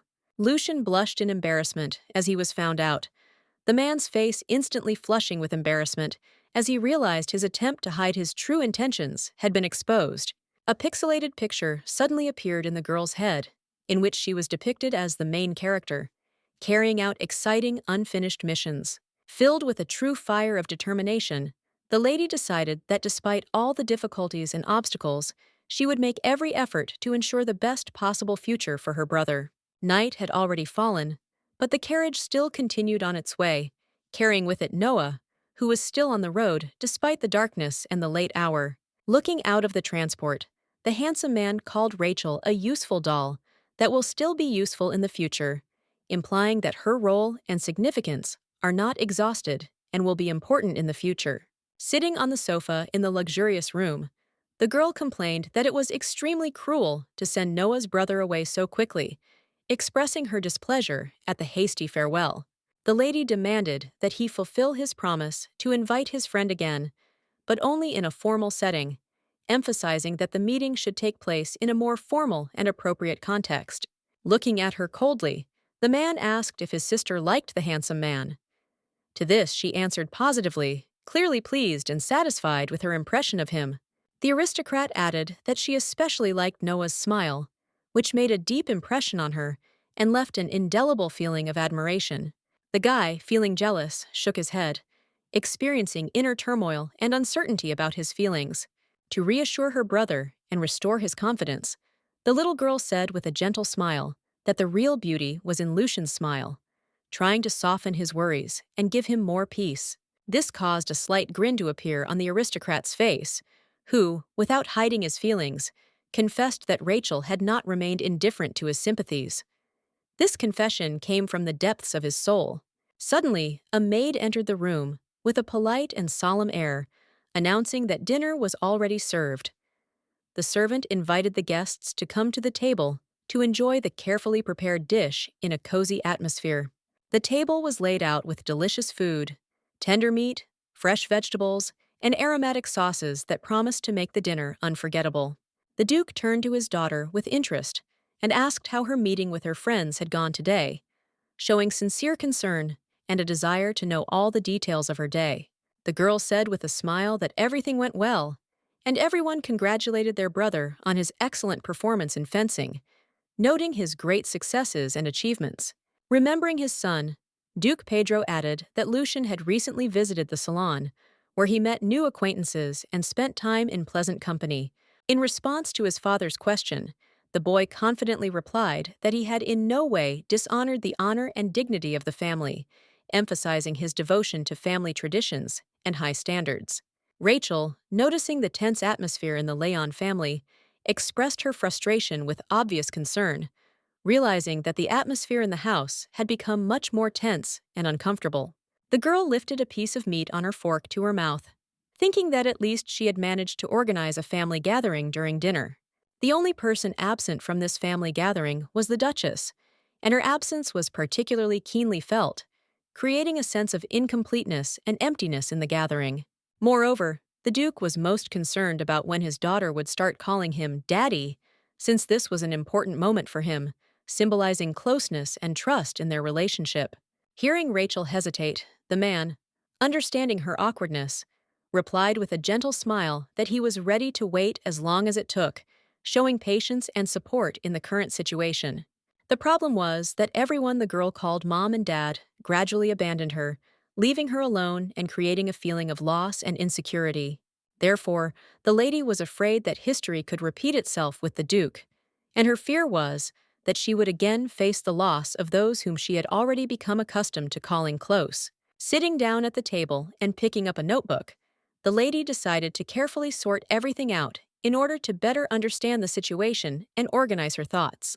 In the original version of events, Lucian met Noah in the salon at a later point than in the current timeline, where their meeting occurred much earlier than expected. And then the man demonstrated magical abilities, which were also not mentioned or existed in the original version, adding a new dimension to the character and actions. The aristocrat had been writing down the plot in a notebook, but now they had lost all meaning, as the events of history had changed, and her notes no longer corresponded to the current developments. There was a discreet knock at the door of the lady's chambers, which interrupted her deep thoughts and drew her attention to the expected visit. Rachel quickly put on her soft slippers, jumped up from her chair, and dressed in her cozy nightgown, headed to the door to meet the unexpected night guest. Smiling happily, the girl met her little brother, the joy of meeting whom warmed her heart and filled the room with an atmosphere of family comfort. In her hands, she had a basket full of fresh grapes, which was the reason for the boy's visit, filling the meeting with additional meaning and joy. The aristocrat curiously asked Rachel if she would like to enjoy some fruit with her, offering to share the taste of fresh berries. He stopped, however, when he noticed that the lady was already preparing for bed, and he realized that her evening time was devoted to rest and personal privacy. The man was about to leave his sister alone, but she quickly stopped him, assuring him that she was not at all against the company and was glad to spend time together. Turning towards the girl with a determined expression on his face, Lucian was determined to stay close, showing his determination. The nobleman quickly and deftly set about rearranging the furniture, quickly and carefully moving the interior items to create the necessary space and comfort in the room. But earlier, Rachel herself brought fruits to the future Duke, thus showing attention and care, which may have contributed to their close relationship. Having grabbed the berry, the girl felt the desire, as in the old days, to feed her favorite, tenderly asking him to open his mouth for a treat. Lucian watched his sister closely as she gradually approached him, not hiding her interest and attentive gaze. His teeth gripped the grapes tightly. He wanted to savor every moment of the taste, getting the maximum pleasure from the juicy fruit. The girl praised the boy with sincere delight for his obedience, noting how attentively and responsibly he treated his duties and request. Suddenly, hearing the noise, they immediately stopped playing and froze in anticipation, listening to the source of the sound with tension and alertness. A heavy rain began outside, bringing with it freshness and renewal, refreshing the air and creating a cozy atmosphere. Quietly, so as not to disturb the atmosphere, Rachel suggested that she whisper a scary story into her brother's ear, hoping that it would add intrigue and excitement to their evening pastime. The thing is, Amber had recently told her about an ancient belief that on rainy days, when the sky was covered with dark clouds, mysterious gates opened for ghosts. And if you take that very path, you can see ghosts that look exactly like you, like reflections in a mirror, only with a mysterious and frightening aura. According to legend, this person will also feel the opposite emotions of his double, as if their feelings were intertwined, and he himself was experiencing everything that his ghostly reflection was experiencing. Trying to cheer up her brother, the girl approached him and said that since the ghost will say the opposite of what the person himself thinks and feels, this makes their meeting with him even more mysterious. At that moment, thunder rumbled, and Rachel, startled, stopped her story, feeling the excitement and tension filling the space around them. The frightened lady clutched her head, afraid of lightning and loud sounds.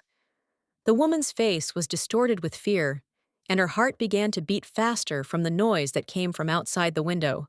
Memories of a past life suddenly surfaced in her mind, like fragments of long-forgotten events brought to life in every strange sound and lightning flash that pierced the darkness. Rachel, clutching her hair with trembling hands, wanted only one thing: to forget about everything that was bothering her, and to plunge into a world of peace, far from these painful memories. The day her parents first hit her, it was raining outside, as if the heavens themselves were regretting what was happening, giving everything an even more gloomy and inconsolable tone. The room was cold and dark, and the door, like a barrier to light and warmth, gave the atmosphere an even greater feeling of isolation and loneliness. The thunderstorm and lightning outside the window relentlessly tore through the night darkness, illuminating the sky with bright, sparkling flashes that created dramatic lighting. A relentless shudder began to run through the lady's body, her muscles contracting involuntarily, as if from an icy wind caused by sudden fear and deep tension. The guy gently placed his hand on the lady's head and held her tightly to himself, hugging her with care and warmth, trying to convey his comfort and support to her in this tense moment.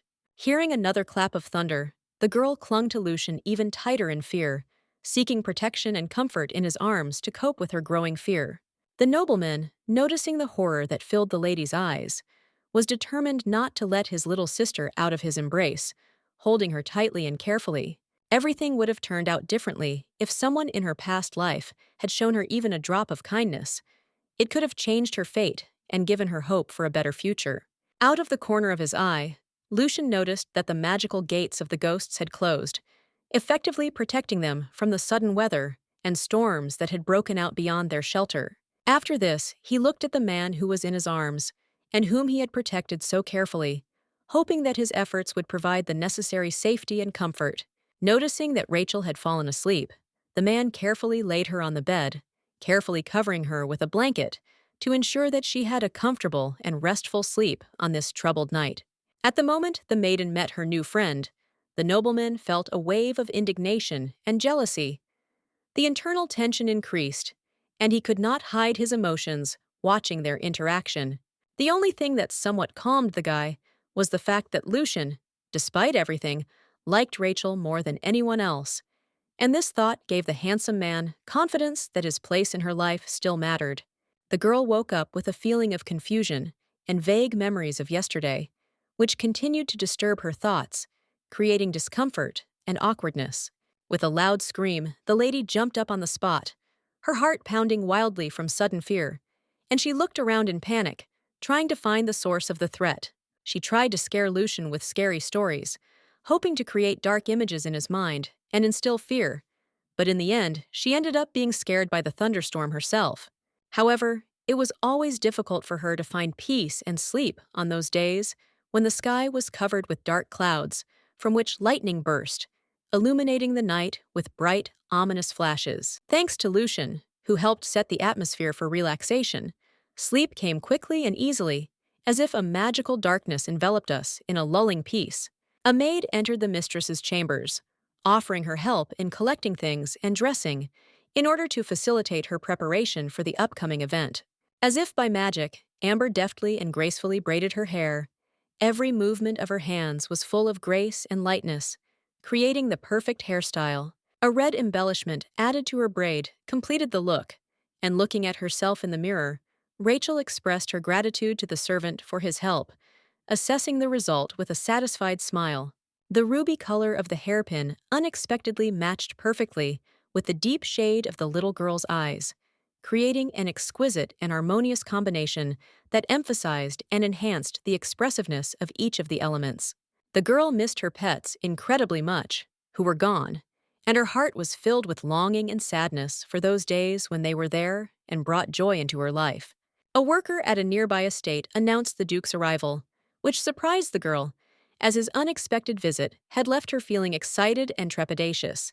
Entering the room, the man warmly greeted his beloved daughter, asking how she slept and whether the night was peaceful, showing concern and attention to her condition.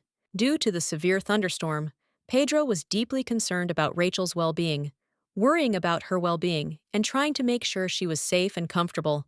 Approaching the girl, he suggested that she go somewhere next week to spend time together and take her mind off current worries. When the aristocrat suggested going into a store, the lady replied that she would prefer to visit a hot sauce shop, surprising her interlocutor with an unusual choice. With delight, starting to wave her hands, the girl explained that even a spicy restaurant would suit them, emphasizing her desire to try something really spicy. Rachel incredibly missed the spicy food she often ate in her past life. The longing to try something like that again was evident from her words and emotions. The Duke agreed to her terms, imagining how they would spend time together, satisfying their desires, and enjoying each other's company in a private setting. One of the servants, with black hair and gray eyes, cast a suspicious glance at the nobles, showing some wariness and hidden distrust. As night fell and replaced day, the moon appeared in the sky, illuminating the surrounding world with a soft light and creating a mysterious atmosphere. The dove landed on the windowsill, carrying on its leg a secret letter that was carefully wrapped and intended to convey important news. Turning around, Noah told his interlocutor that he had received news from a secret servant working in the Duke's palace, and now he had important information to discuss. Rachel's delighted uncle was overjoyed that he would soon be able to get his niece back, which filled his heart with excitement and pride. The man was upset that the Duke had taken the girl to himself without consulting her legal guardian, which left him feeling indignant and resentful. The job of kidnapping the girl was entrusted to a dark spirit, who was in the form of a secret guy, known for his robbery and cunning crimes. Rachel admired the picturesque views of the streets with genuine admiration, while the Duke felt regret that he had not chosen this street for the arrangement of the residence of the nobility. They came to this place because there was a shop here that was famous for its variety of sauces and everything related to hot spices that caused a real gastronomic pleasure. If there was one thing that worried the petite lady, it was the number of guards that surrounded them, creating an atmosphere of tension and anxiety, as if her every move was under close surveillance. The stern man ordered his servants to comb every corner and search everyone, so that nothing would threaten his daughter, ensuring her safety and peace. As security, the Duke took with him 4 of his men, knights, as well as a sword with which he could protect Rachel in case of danger. Together, they went for a walk around the city, enjoying every moment spent in each other's company, like a happy family, enjoying the company and the beauty that surrounded them. One of the Duke's workers pointed to the store they had been looking for so long, finally finding it among the many buildings in the city. However, Rachel's attention was drawn to the letter openers being sold by an old man standing behind a counter with a collection of finely crafted and carefully crafted items. The girl trembled and asked her father to stop and wait until she could choose a suitable gift herself, relying on his patience and understanding at this important moment. On the display case lay a knife, the shade of which surprisingly matched the color of the hair of the lady and her brother, creating an exquisite and harmonious combination that attracted attention with its unusual combination. The man asked his daughter if she liked the item, since he had every opportunity to buy it, trying to make her choice as joyful and satisfying as possible. The Duke asked the seller to provide him with 2 copies. One of them Rachel wanted to keep for herself, and the second he was going to give to Lucian, to make the gift especially meaningful and valuable. The lady, with refined grace, carefully placed the newly purchased items into the elegant bag that she always carried with her, thus ensuring their safe storage and easy access for future use. Now they went to the store together, leisurely strolling along the cozy streets of the city, enjoying every moment when the city landscape unfolded before them in all its beauty. A nice-looking, slightly plump man with kind eyes and a warm smile greeted his guests cordially, radiating genuine warmth and an atmosphere of relaxed hospitality that instantly put everyone present at ease. Obeying his master's orders, he set off in haste to find the hottest sauces, striving to complete the task with the utmost speed and precision that befitted the importance of the assignment. The most unusual spices were on the top shelf, where one of the bottles was ostentatiously decorated with a painted skull and crossbones, giving it a mysterious and frightening look. The salesman quietly whispered to the girl that this bottle contained the hottest sauce in the country, and his voice was full of mystery and caution, as if he was sharing a secret with her.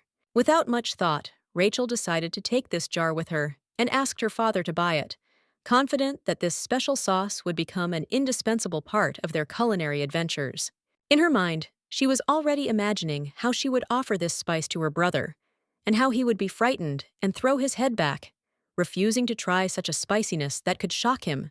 While the merchant was negotiating the price, the girl carefully placed the purchased product in her bag, trying not to draw attention to her purchase, and at the same time keeping it safe and sound. As the family left the store, Pedro suggested to his daughter that they go out for a bite to eat, hoping to spend time together in a relaxed atmosphere and enjoy delicious food. At this time, a mysterious figure in a dark cloak was watching the man and the girl from above, hiding in the shadows and patiently waiting for the right moment to intervene. Rachel and her dad were stopped when a smoke bomb was suddenly thrown at them, sending a thick fog mixed with sand into the air, obscuring visibility and plunging them into an impenetrable curtain. A mysterious silhouette appeared behind the girl, emerging from the dark portal, its outlines gradually becoming clearer, revealing an ominous figure in the flickering light. The aristocrat ordered the lady to remain behind him, confident that her presence in the shadows would provide her with protection while he focused on what was happening and took the necessary action. However, the villain managed to neutralize and tie up Pedro with the help of agents, acting quickly and mercilessly, depriving him of the opportunity to resist and interfere in what was happening. He also immobilized the girl, carefully prepared a rag, and with threatening intent began to bring it closer to her, creating an atmosphere of anxiety and fear.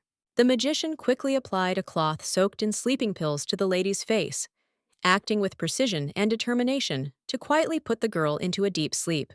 When Rachel lost consciousness, the white-haired wizard picked her up in his arms and, looking at the aristocrat, said that it was a real success, his voice reminiscent of a melody of triumph and satisfaction. Lucian sat at his desk, immersed in the routine of copying homework that had become an integral part of his daily life, carefully transferring each assignment onto a clean sheet of paper. The boy was concerned about what his little sister, who had recently left for the Duke, was doing at this moment. He often thought about her life and adventures, wondering how her days were going in such a distant place. When the guy spent time with her, he had the opportunity to once again feel the taste of life, experience emotions, and enjoy the simple joys of everyday existence that previously seemed unattainable. They often gave each other gifts, finding it a way to express their feelings and strengthen the bond between them. Each gift was imbued with attention and care, which made their relationship even more meaningful. Thinking about what to give Rachel, the Duke remembered Noah's advice to give her some beautiful trinket. This advice seemed ideal to him. The man's hand was shaking, betraying his excitement or tension as he tried to cope with his emotions and control his actions. But the little lady once said that the most valuable and desired gift for her would be a sincere smile and attention from her brother, which she perceived as a symbol of love and care. Lucian blushed as memories of Rachel filled his mind once again, his face lighting up with a warm blush, reflecting the tender emotions and deep feelings he felt with every memory of her. Suddenly, the boy's attention was drawn to the security guards and a group of people who had gathered near the window, creating a sense of mystery and tension in the situation. Pressing his hand to the glass, the aristocrat wondered in surprise what could have happened to require the entire cadre of warriors from House Leon to be assembled. He could not understand what had caused such an urgent and large-scale reaction, and anxiety began to take hold of him. The sufferers and knights discussed the current situation regarding the Duke, expressing their dissatisfaction and concern. They exchanged opinions and analyzed what was happening. An unpleasant realization dawned on Lucian, and his face changed, becoming serious. Worry and concern showed in his expression, as if he suddenly realized the gravity and scope of the situation. Mounting their horses, the men galloped off, eager to carry out the commander-in-chief's orders. The wind blowing through their hair and cloaks, and the determination in their eyes, urging them on to complete a task that required quick reactions. The workers whispered quietly among themselves, discussing that the owner had been attacked and expressing surprise and indignation at who could have decided to commit such a crime. Their conversations were full of anxiety and bewilderment. The men's conversation was interrupted by an employee who hurried in and announced that a butler was needed due to Lucian's crazy behavior. The boy himself saddled his horse and raced at full speed, trying to save Rachel. His heart was beating wildly, and the wind, piercing his hair, only spurred him on to complete the urgent task. The butler stood in front of the gentleman, trying to stop him, expressing concern and determination to prevent his further actions. The boy ordered the servant to get out of the way, threatening that if he preferred to risk his life, he should do it somewhere else. The man's voice was harsh and decisive, emphasizing that he had no time for obstacles. All the servant's words could not convince the boy to change his mind. On the contrary, he was even more indignant at how the man dared to command him. In a cold and confident tone, with obvious irritation, Lucian stated that the only person who had the right to give him commands and influence his decisions was his own father. Not wanting to continue listening to the endless persuasion and protests of the estate worker, the guy resolutely jumped on his horse and, without a moment's delay, galloped off into the distance. The man, surprised by what was happening, froze in place, unable to believe that the gentleman could behave in such a way. Never before had he seen the gentleman in such a state. Looking sternly at those present, the Duke declared that discipline in the order was completely lacking and expressed his deep dissatisfaction with what was happening. Such words sounded like a stern sentence. The noble shouted furiously at the guards, calling them idiots for allowing the kidnapper of the noble's daughter to escape. His anger was obvious, and he did not hesitate to express his displeasure at their incompetence. However, the nobleman suddenly stopped when he saw the familiar figure of his son behind him. This unexpected appearance made him freeze in place, and all his emotions instantly changed. With anger in his voice, Pedro asked what exactly the heir to the throne was doing here, and how it was possible that he was here alone, without any escort or protection, like a commoner. The servants, by order of the Duke, were to escort the boy back to the house. They quietly approached the heir and politely asked him to follow them. However, suddenly, bright sparks of magic appeared in the air, sparkling and mesmerizing, which formed an invisible barrier that did not allow the servants to come closer to the heir. In a show of rebellion against his father, Lucian firmly stated that this time he would not follow orders, and that his resolve would not be swayed by any persuasion or threats. Rushing into the distance, the boy heard the voice of darkness, which seemed to come from the very depths of the night, mysterious and ominous. This was the first time that the descendant of darkness himself addressed this mysterious voice. Taking heart and feeling the cold creeping into his bones, Lucian ordered his servant to find his sister immediately and bring her back, no matter the difficulty. Evil did not like the boy's rude and impolite tone, so he insisted that he express himself more politely and courteously. Without naming another alternative, Lucian added a request for his ancestor to find Rachel, uttering her name with special trepidation and hope for the speedy fulfillment of this important task. The man with long hair burning in the fire grinned with obvious satisfaction, because this was his only chance to take over the boy's body and use him to satisfy his dark purposes. Rachel lay unconscious, completely immersed in an infinitely deep and unceasing sleep. The female body was lifelessly spread out on the floor, as if it had passed into the world of oblivion. Soon the girl woke up from a deafening noise and a mysterious voice that seemed to be coming from right inside her head, disturbing the silence and sleepy calm. When the little girl woke up, she found herself sitting under an ancient tree deep in the forest. The shadows of its mighty branches created a bizarre pattern on the ground, and the fresh forest air filled her lungs. What was also alarming and puzzling was that the kidnappers did not bother to tie either the hands or the feet of their victim, leaving the lady completely free, which seemed to add to the mystery of their intentions. Behind her, the men sat around the fire, discussing with great interest how their master had spared no expense in hiring an expensive spirit capable of abducting the girl. Uncle Rachel, laughing merrily and clutching a bottle in his hand, responded in a demanding tone, ordering everyone to stop talking immediately so that attention could be focused on him. If you think about it, it becomes clear that the man was against the adoption of his niece by the Duke from the very beginning, and this contradiction could not be hidden from a careful look. Deciding that this was the perfect moment to escape, the aristocrat quickly and silently began to leave, trying to remain unnoticed and avoid any unnecessary fuss. Trying not to get up or stick her head out of the bushes, the girl carefully examined the surroundings, constantly looking around to make sure that no one would notice and interrupt her careful escape plan. A male voice interrupted her, stopping the lady and asking where she was going, creating a tense atmosphere in this unexpected moment. The frightened lady fell on her back, the little girl's face distorted with fear, when suddenly black boots appeared in front of her, standing motionless and threatening, as if foreshadowing some inevitable disaster. A handsome guy with blonde hair and purple eyes, with an expressive and anxious look, grabbed Rachel's hand and, with concern in his voice, asked if she was trying to escape. There were many minor characters throughout the story who fell in love with Noah, each bringing their own emotions and motivations to the plot. And among them, there was one who could compete with Oscar for second place. He was not just obsessed with the handsome guy, but was a real psycho, capable of any madness for the sake of his goal. This character was a mysterious and powerful dark ruler of spirits, known as Elliot, whose name inspired awe and fear due to his ability to manipulate supernatural forces.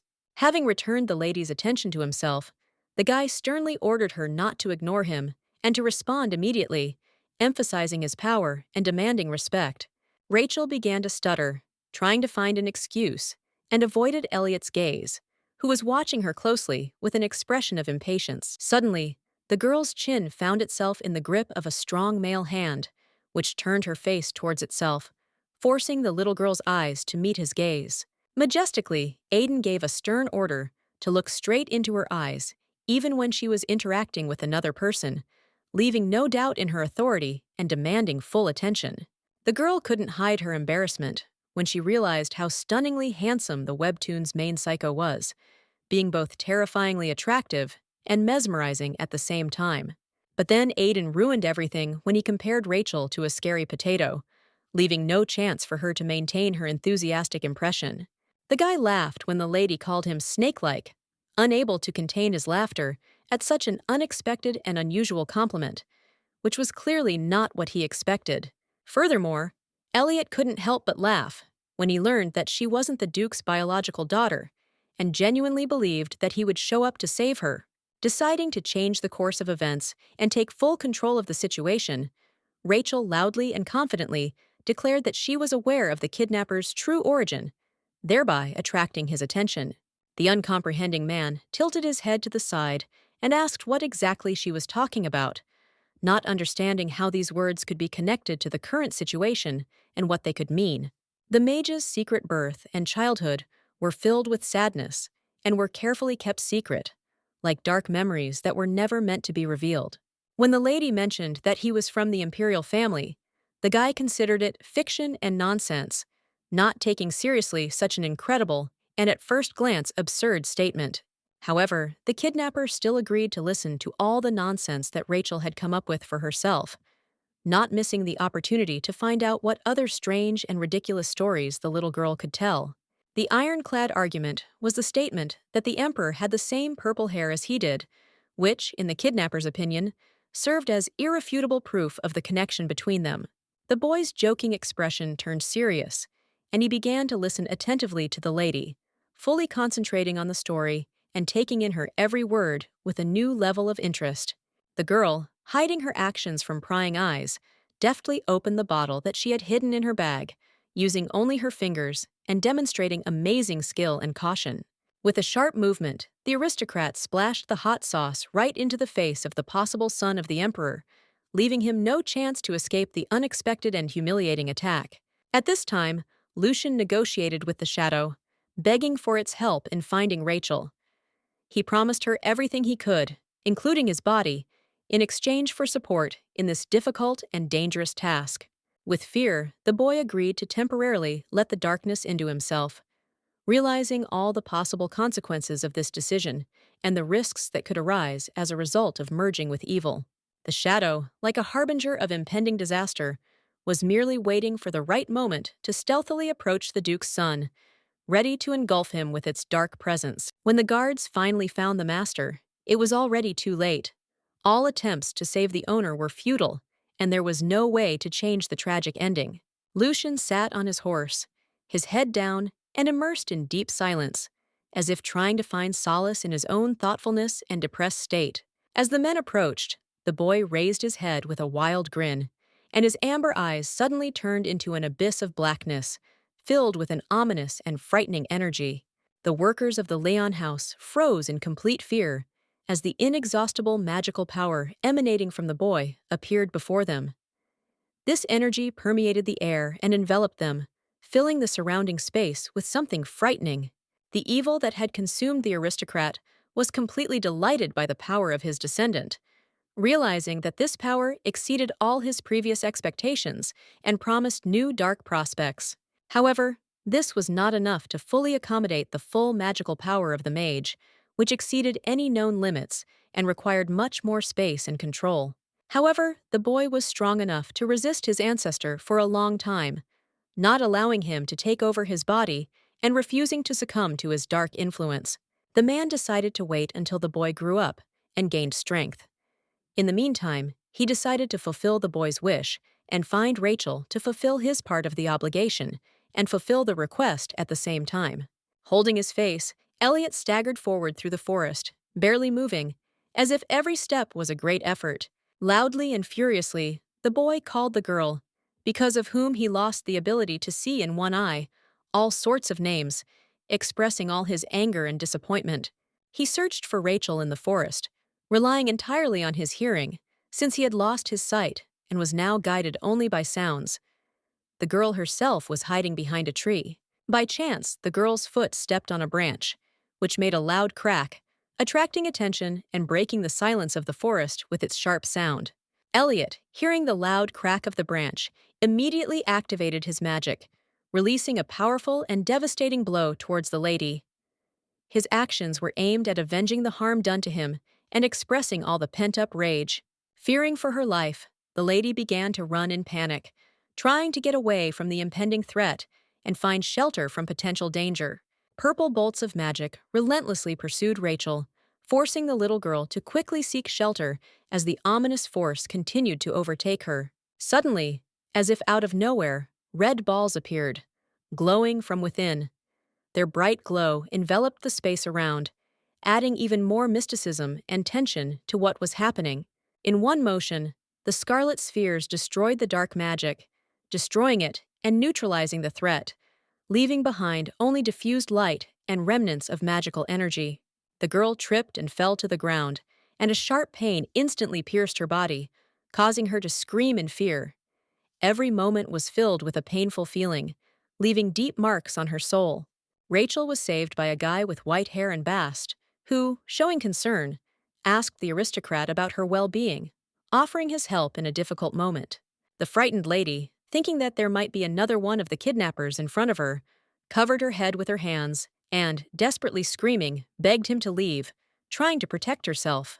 The stranger, realizing that Rachel was in distress and required immediate assistance, carefully and tenderly picked her up in his arms, demonstrating genuine sympathy and concern for the lady's well-being. Oscar asked his hostess to confide in him and go together, assuring the girl that his intentions were sincere and that their journey together would be safe and fruitful. The man's feet barely touched the ground. So swiftly and quickly did he rush forward, as if taking off on invisible wings of speed, leaving behind only a blurry trail. As Rachel studied Oscar's face closely, she was amazed to realize that in his features, she recognized her old pet, the cute little fox who had once been a loyal friend and companion. Happy that his hostess recognized him, the boy smiled widely, feeling joy and satisfaction filling his big heart. Deep in the forest, hidden from prying eyes, there was a mysterious cave, shrouded in a mesmerizing blanket of greenery and ancient trees, giving it a special atmosphere of mystery and solitude. Sitting down on a stone ledge, she thoughtfully reflected on how the little bundle had lived all this time, experiencing every moment in its inconspicuous but important life. It turned out that all this time, the cunning fox, possessing unrivaled intelligence and exquisite taste, lived together with the majestic falcon. In this unusual and exciting neighborhood, they found mutual harmony. After the rescuer began to complain that the owner had given the bird a normal and harmonious name, he could not help but notice that his own name sounded stupid and childish. Oscar, full of indignation, exclaimed that all his life he had carried within himself resentment and bitterness that tormented his soul and did not give him peace, as if the injustice of the past had not left him for a moment. Then, being a small and clumsy fox, he accidentally brought a huge wild boar with him. Thus the animal found itself in a dire situation and disturbed the peaceful existence. The man began to shout loudly at the lady, who had offended her pet over a minor incident that had occurred in the past, which seemed completely inappropriate and disproportionate to him. The main supporting character of the webtoon, overwhelmed with emotions and unable to control his feelings, broke down and burst into tears, unable to hide his deep pain and unspoken disappointment. Rachel raised her hand in a placating gesture to calm the agitated werewolf. Realizing that her behavior was unwarranted and inappropriate, she sincerely apologized, expressing her deep regret. At this point, the fox intervened, firmly demanding that the lady take full responsibility for her decision to tame them, emphasizing the importance of being aware of all the consequences of her actions. Suddenly, in the absolute silence, distinct footsteps were heard, and someone slowly entered the cave, disturbing the deep peace and attracting the attention of everyone inside. The girl, turning around in fear, realized with horror that the stranger was Elliot, who had come to avenge his grievances and sins. However, instead, she saw in front of her a tall, muscular man in black clothes with a short haircut, who respectfully addressed her as a lady and called her mistress. His name was Demian, and he greeted Rachel with a dazzling white smile. His muscular body, confident posture, and charm created the image of a real handsome man who, despite his impressive appearance, radiated genuine kindness. It turned out that the former pets who had trained a lot were ready to meet Rachel. They worked hard to improve their skills and show how much they had changed and grown. The boys were so similar to the animals they could transform into that their appearance and behavior resembled the living creatures they once were. With a smile and tears in her eyes, Rachel admitted that she missed them very much. Her words were full of sincere tenderness and longing that she could not hide. Suddenly, the girl's stomach began to rumble, making loud sounds that clearly indicated that hunger had made itself known and required immediate attention. The embarrassed lady quickly grabbed her stomach, trying to hide the awkwardness and discomfort caused by the loud rumble that attracted the attention of everyone around her. The animals did not waste time thinking, and without hesitation, immediately rushed to get food for their mistress.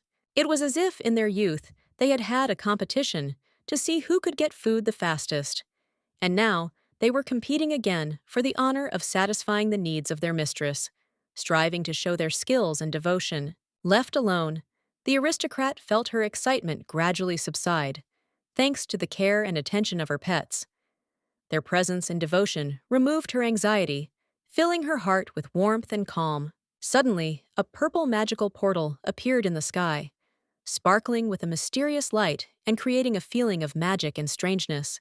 Lucian teleported into a dense forest, and the moment he materialized, the spirit that had previously resided within the boy exited his body, thus freeing him from the invisible and tormenting influence. He sensed a strange aura of magic coming from a distant cave, mysterious and alluring. Deciding to investigate the source of this magical influence, he headed towards the cave on his horse, ready to unravel the mystery. The aristocrat dismounted from his horse and, entering the dark depths of the cave, finally noticed Rachel, whom he had been looking for so long. The girl lay unconscious on the cold stones, her eyes tightly closed, and her body, as if not belonging to this world, rested limply in the darkness. The worried young man knelt down in front of the lady, gently touching the woman's hand and pronouncing the lady's name with genuine excitement and anxiety, hoping for an answer. As if she felt her brother's voice penetrate her dream, the girl slowly opened her bright blue eyes and, still immersed in doze, sleepily looked at him, gradually awakening from a deep and peaceful sleep. Lucian immediately began to ask worriedly about his sister's well-being, to which she replied that everything was fine. She just felt tired after a long and exhausting day. These words calmed the boy, who was truly happy to know that Rachel was completely fine and alive, despite all the trials she had to face. Pressing closer to the nobleman, the little girl admitted that she was very frightened by the kidnapping and still cannot get rid of the feeling of anxiety that overwhelmed her at that terrible moment. At that moment, the boy suddenly heard a strange noise behind them, which made him alert and turn around, trying to understand what or who could have made it. Lucian turned around abruptly, his hand outstretched, threateningly glittering with magic, and loudly demanded that whoever was in the cave show themselves immediately. These mysterious figures turned out to be werewolves, who, with their heads bowed obediently, came to the cave with the purpose of delivering food to their mistress, demonstrating complete devotion and loyalty. Rachel hastened to calm her brother, gently explaining that these strangers were in fact her pets, with whom she played as a child, and that they could be trusted. Kneeling down in front of the girl, Oscar tenderly handed her the ripe, juicy apples that glistened in the soft light. Damien enthusiastically handed Rachel fresh berries, and soon the two boys were in a heated argument over who would be the first to present her with their catch, each trying to make the best impression. The aristocrat, without wasting time, quickly resolved the dispute by taking one apple and several berries in order to enjoy the taste of both treats and leave no doubt in the minds of either contender. With these actions, the aristocrat satisfied everyone present, and the pets, in turn, were pleased and happy. The girl was also curious to know if the Duke, who had also been attacked, was okay. She ate her food, thinking about the Duke's condition and hoping that he had been able to cope with the danger and recover from the incident. Smiling, Lucian assured that everything was fine with her father and that he had successfully dealt with the troubles, which caused relief and joy in the girl. The nobleman, who was completely confused by the surprise, froze in amazement when he was asked how he was able to know that Rachel was in a mysterious and hidden cave. The boy, trying to hide the truth, cunningly lied, claiming that he had decided to go searching in the forest while the rest of the group explored the city area. Hearing such words from her brother, the girl lit up with pride. Her face sparkled with happiness, because he turned out to be so smart and wise that even the wildest expectations could not describe his deep maturity. The voice of darkness coming from behind the aristocrat ominously whispered that all his achievements, modestly displayed for all to see, were the fruit not only of his skill, but also of the influence of Encho-sensei, who guided his every step. Together, the men left the cave and set out for the Duke's estate, braving hardship and fatigue with unwavering confidence in their purpose. A long and arduous journey lay before them. Rachel's pets, noticing her anxiety, confidently asked her not to worry, explaining that together they could see perfectly well in the dark and would be able to show her the right way. While the werewolves were once again discussing who would show them the way, Lucian carefully placed his sister on the horse, doing so with special care and attention. Taking a break from his thoughts, Demian decided to observe the area from above to get a full picture of what was happening. Oscar transformed into a white fox to survey the road from the ground and carefully study his surroundings. Rachel and Lucian, sitting on horseback, carefully followed the tracks of the animals that wriggled before them, trying not to miss a single detail and staying focused on every step. The girl's thoughts were completely consumed by thoughts about her kidnapper. Even in the original, Elliot showed traits of a scoundrel, prone to easily succumbing to threats and manipulation. A shudder ran through the girl's body as she remembered how she had splashed hot sauce in the face of someone who had really irritated her. Our aristocrat took her trembling as a sign of freezing, so he pressed the girl closer to himself, trying to warm her with his own warmth and provide the necessary comfort. Rachel smiled happily. At that moment, it seemed to her that nothing in this world could frighten her, and all worries disappeared, leaving only a feeling of safety and peace. After the werewolf had once again assumed his human form, he reported with satisfaction that the long-awaited moment had arrived, and they had finally arrived at the appointed place. Lucian expressed his sincere gratitude to the animals for their help, and then added that they can return home to the forest, where their cozy home is located. Feeling the growing tension between the pets and Rachel's brother, she began to wonder if the werewolves could have stayed with them at Pedro's mansion, maintaining an atmosphere of harmony. The guys continued to consider the girl their true mistress and sincerely sought to spend every day with her. As an argument, the girl awkwardly admitted that she felt obligated to take responsibility for those she had tamed and become attached to. The aristocrat himself had no objections and was completely in agreement with this decision, but their father could have his own opinion and express his dissatisfaction with this choice. Unable to resist the charm of the sweet Rachel, the brother nevertheless agreed to try to convince Pedro to change his mind and views on the current situation. The butler tried to calm the Duke, who, not wanting to be calmed down, fiercely resisted and showed a desire to immediately rush off to search for his children. The servants were deeply concerned about the wound the man had received during the fight, but the housekeeper's attempts to ease his suffering were unsuccessful. Suddenly, when the conflict reached its peak, a guard on horseback rushed towards the group, breaking the tense atmosphere. The young gentleman and Rachel returned, and their unexpected appearance astonished both the Duke and the butler, leaving them completely bewildered. A little lady stood near the entrance with her brother, while servants helped them with the horse, carefully watching their every move and making their task easier. The attention of the nobles was drawn to a loud cry that rang out in the air, calling out Rachel's name, causing everyone present to become alert and turn their gaze in the direction from which the sound came. Pedro was racing towards them on his horse with an anxious expression and incredible speed, trying to get there as quickly as possible and offer help, as if trying to overcome the barriers of time and distance. Descending from the animal, he carefully and tenderly embraced his daughter, as if trying to convey to her all the warmth and love that he could express. Just as they were enjoying the peace and quiet, a sudden loud sound coming from the forest interrupted their peaceful moment.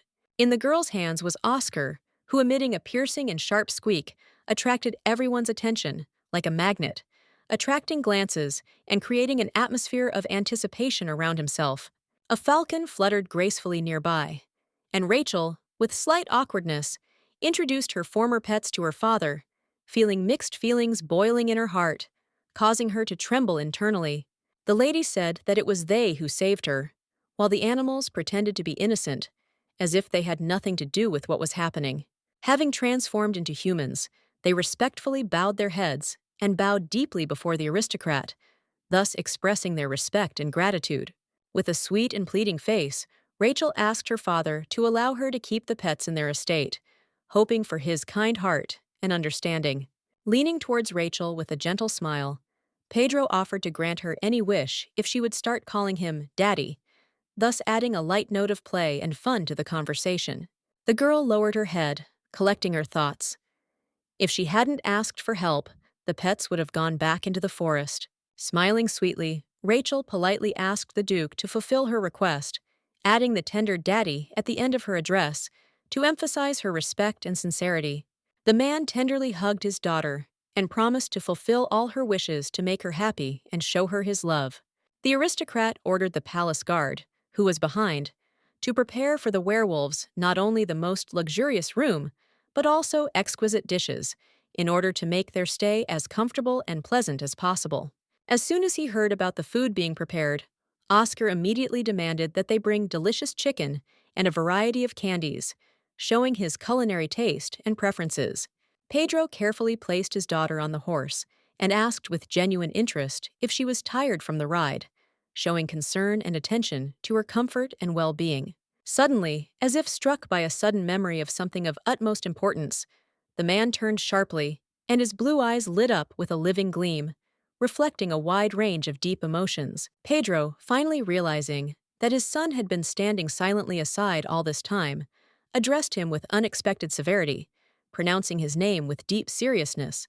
The Duke, leaning towards the boy, assured him that they would discuss all the important questions that had accumulated recently, but only tomorrow, when they could give it due attention.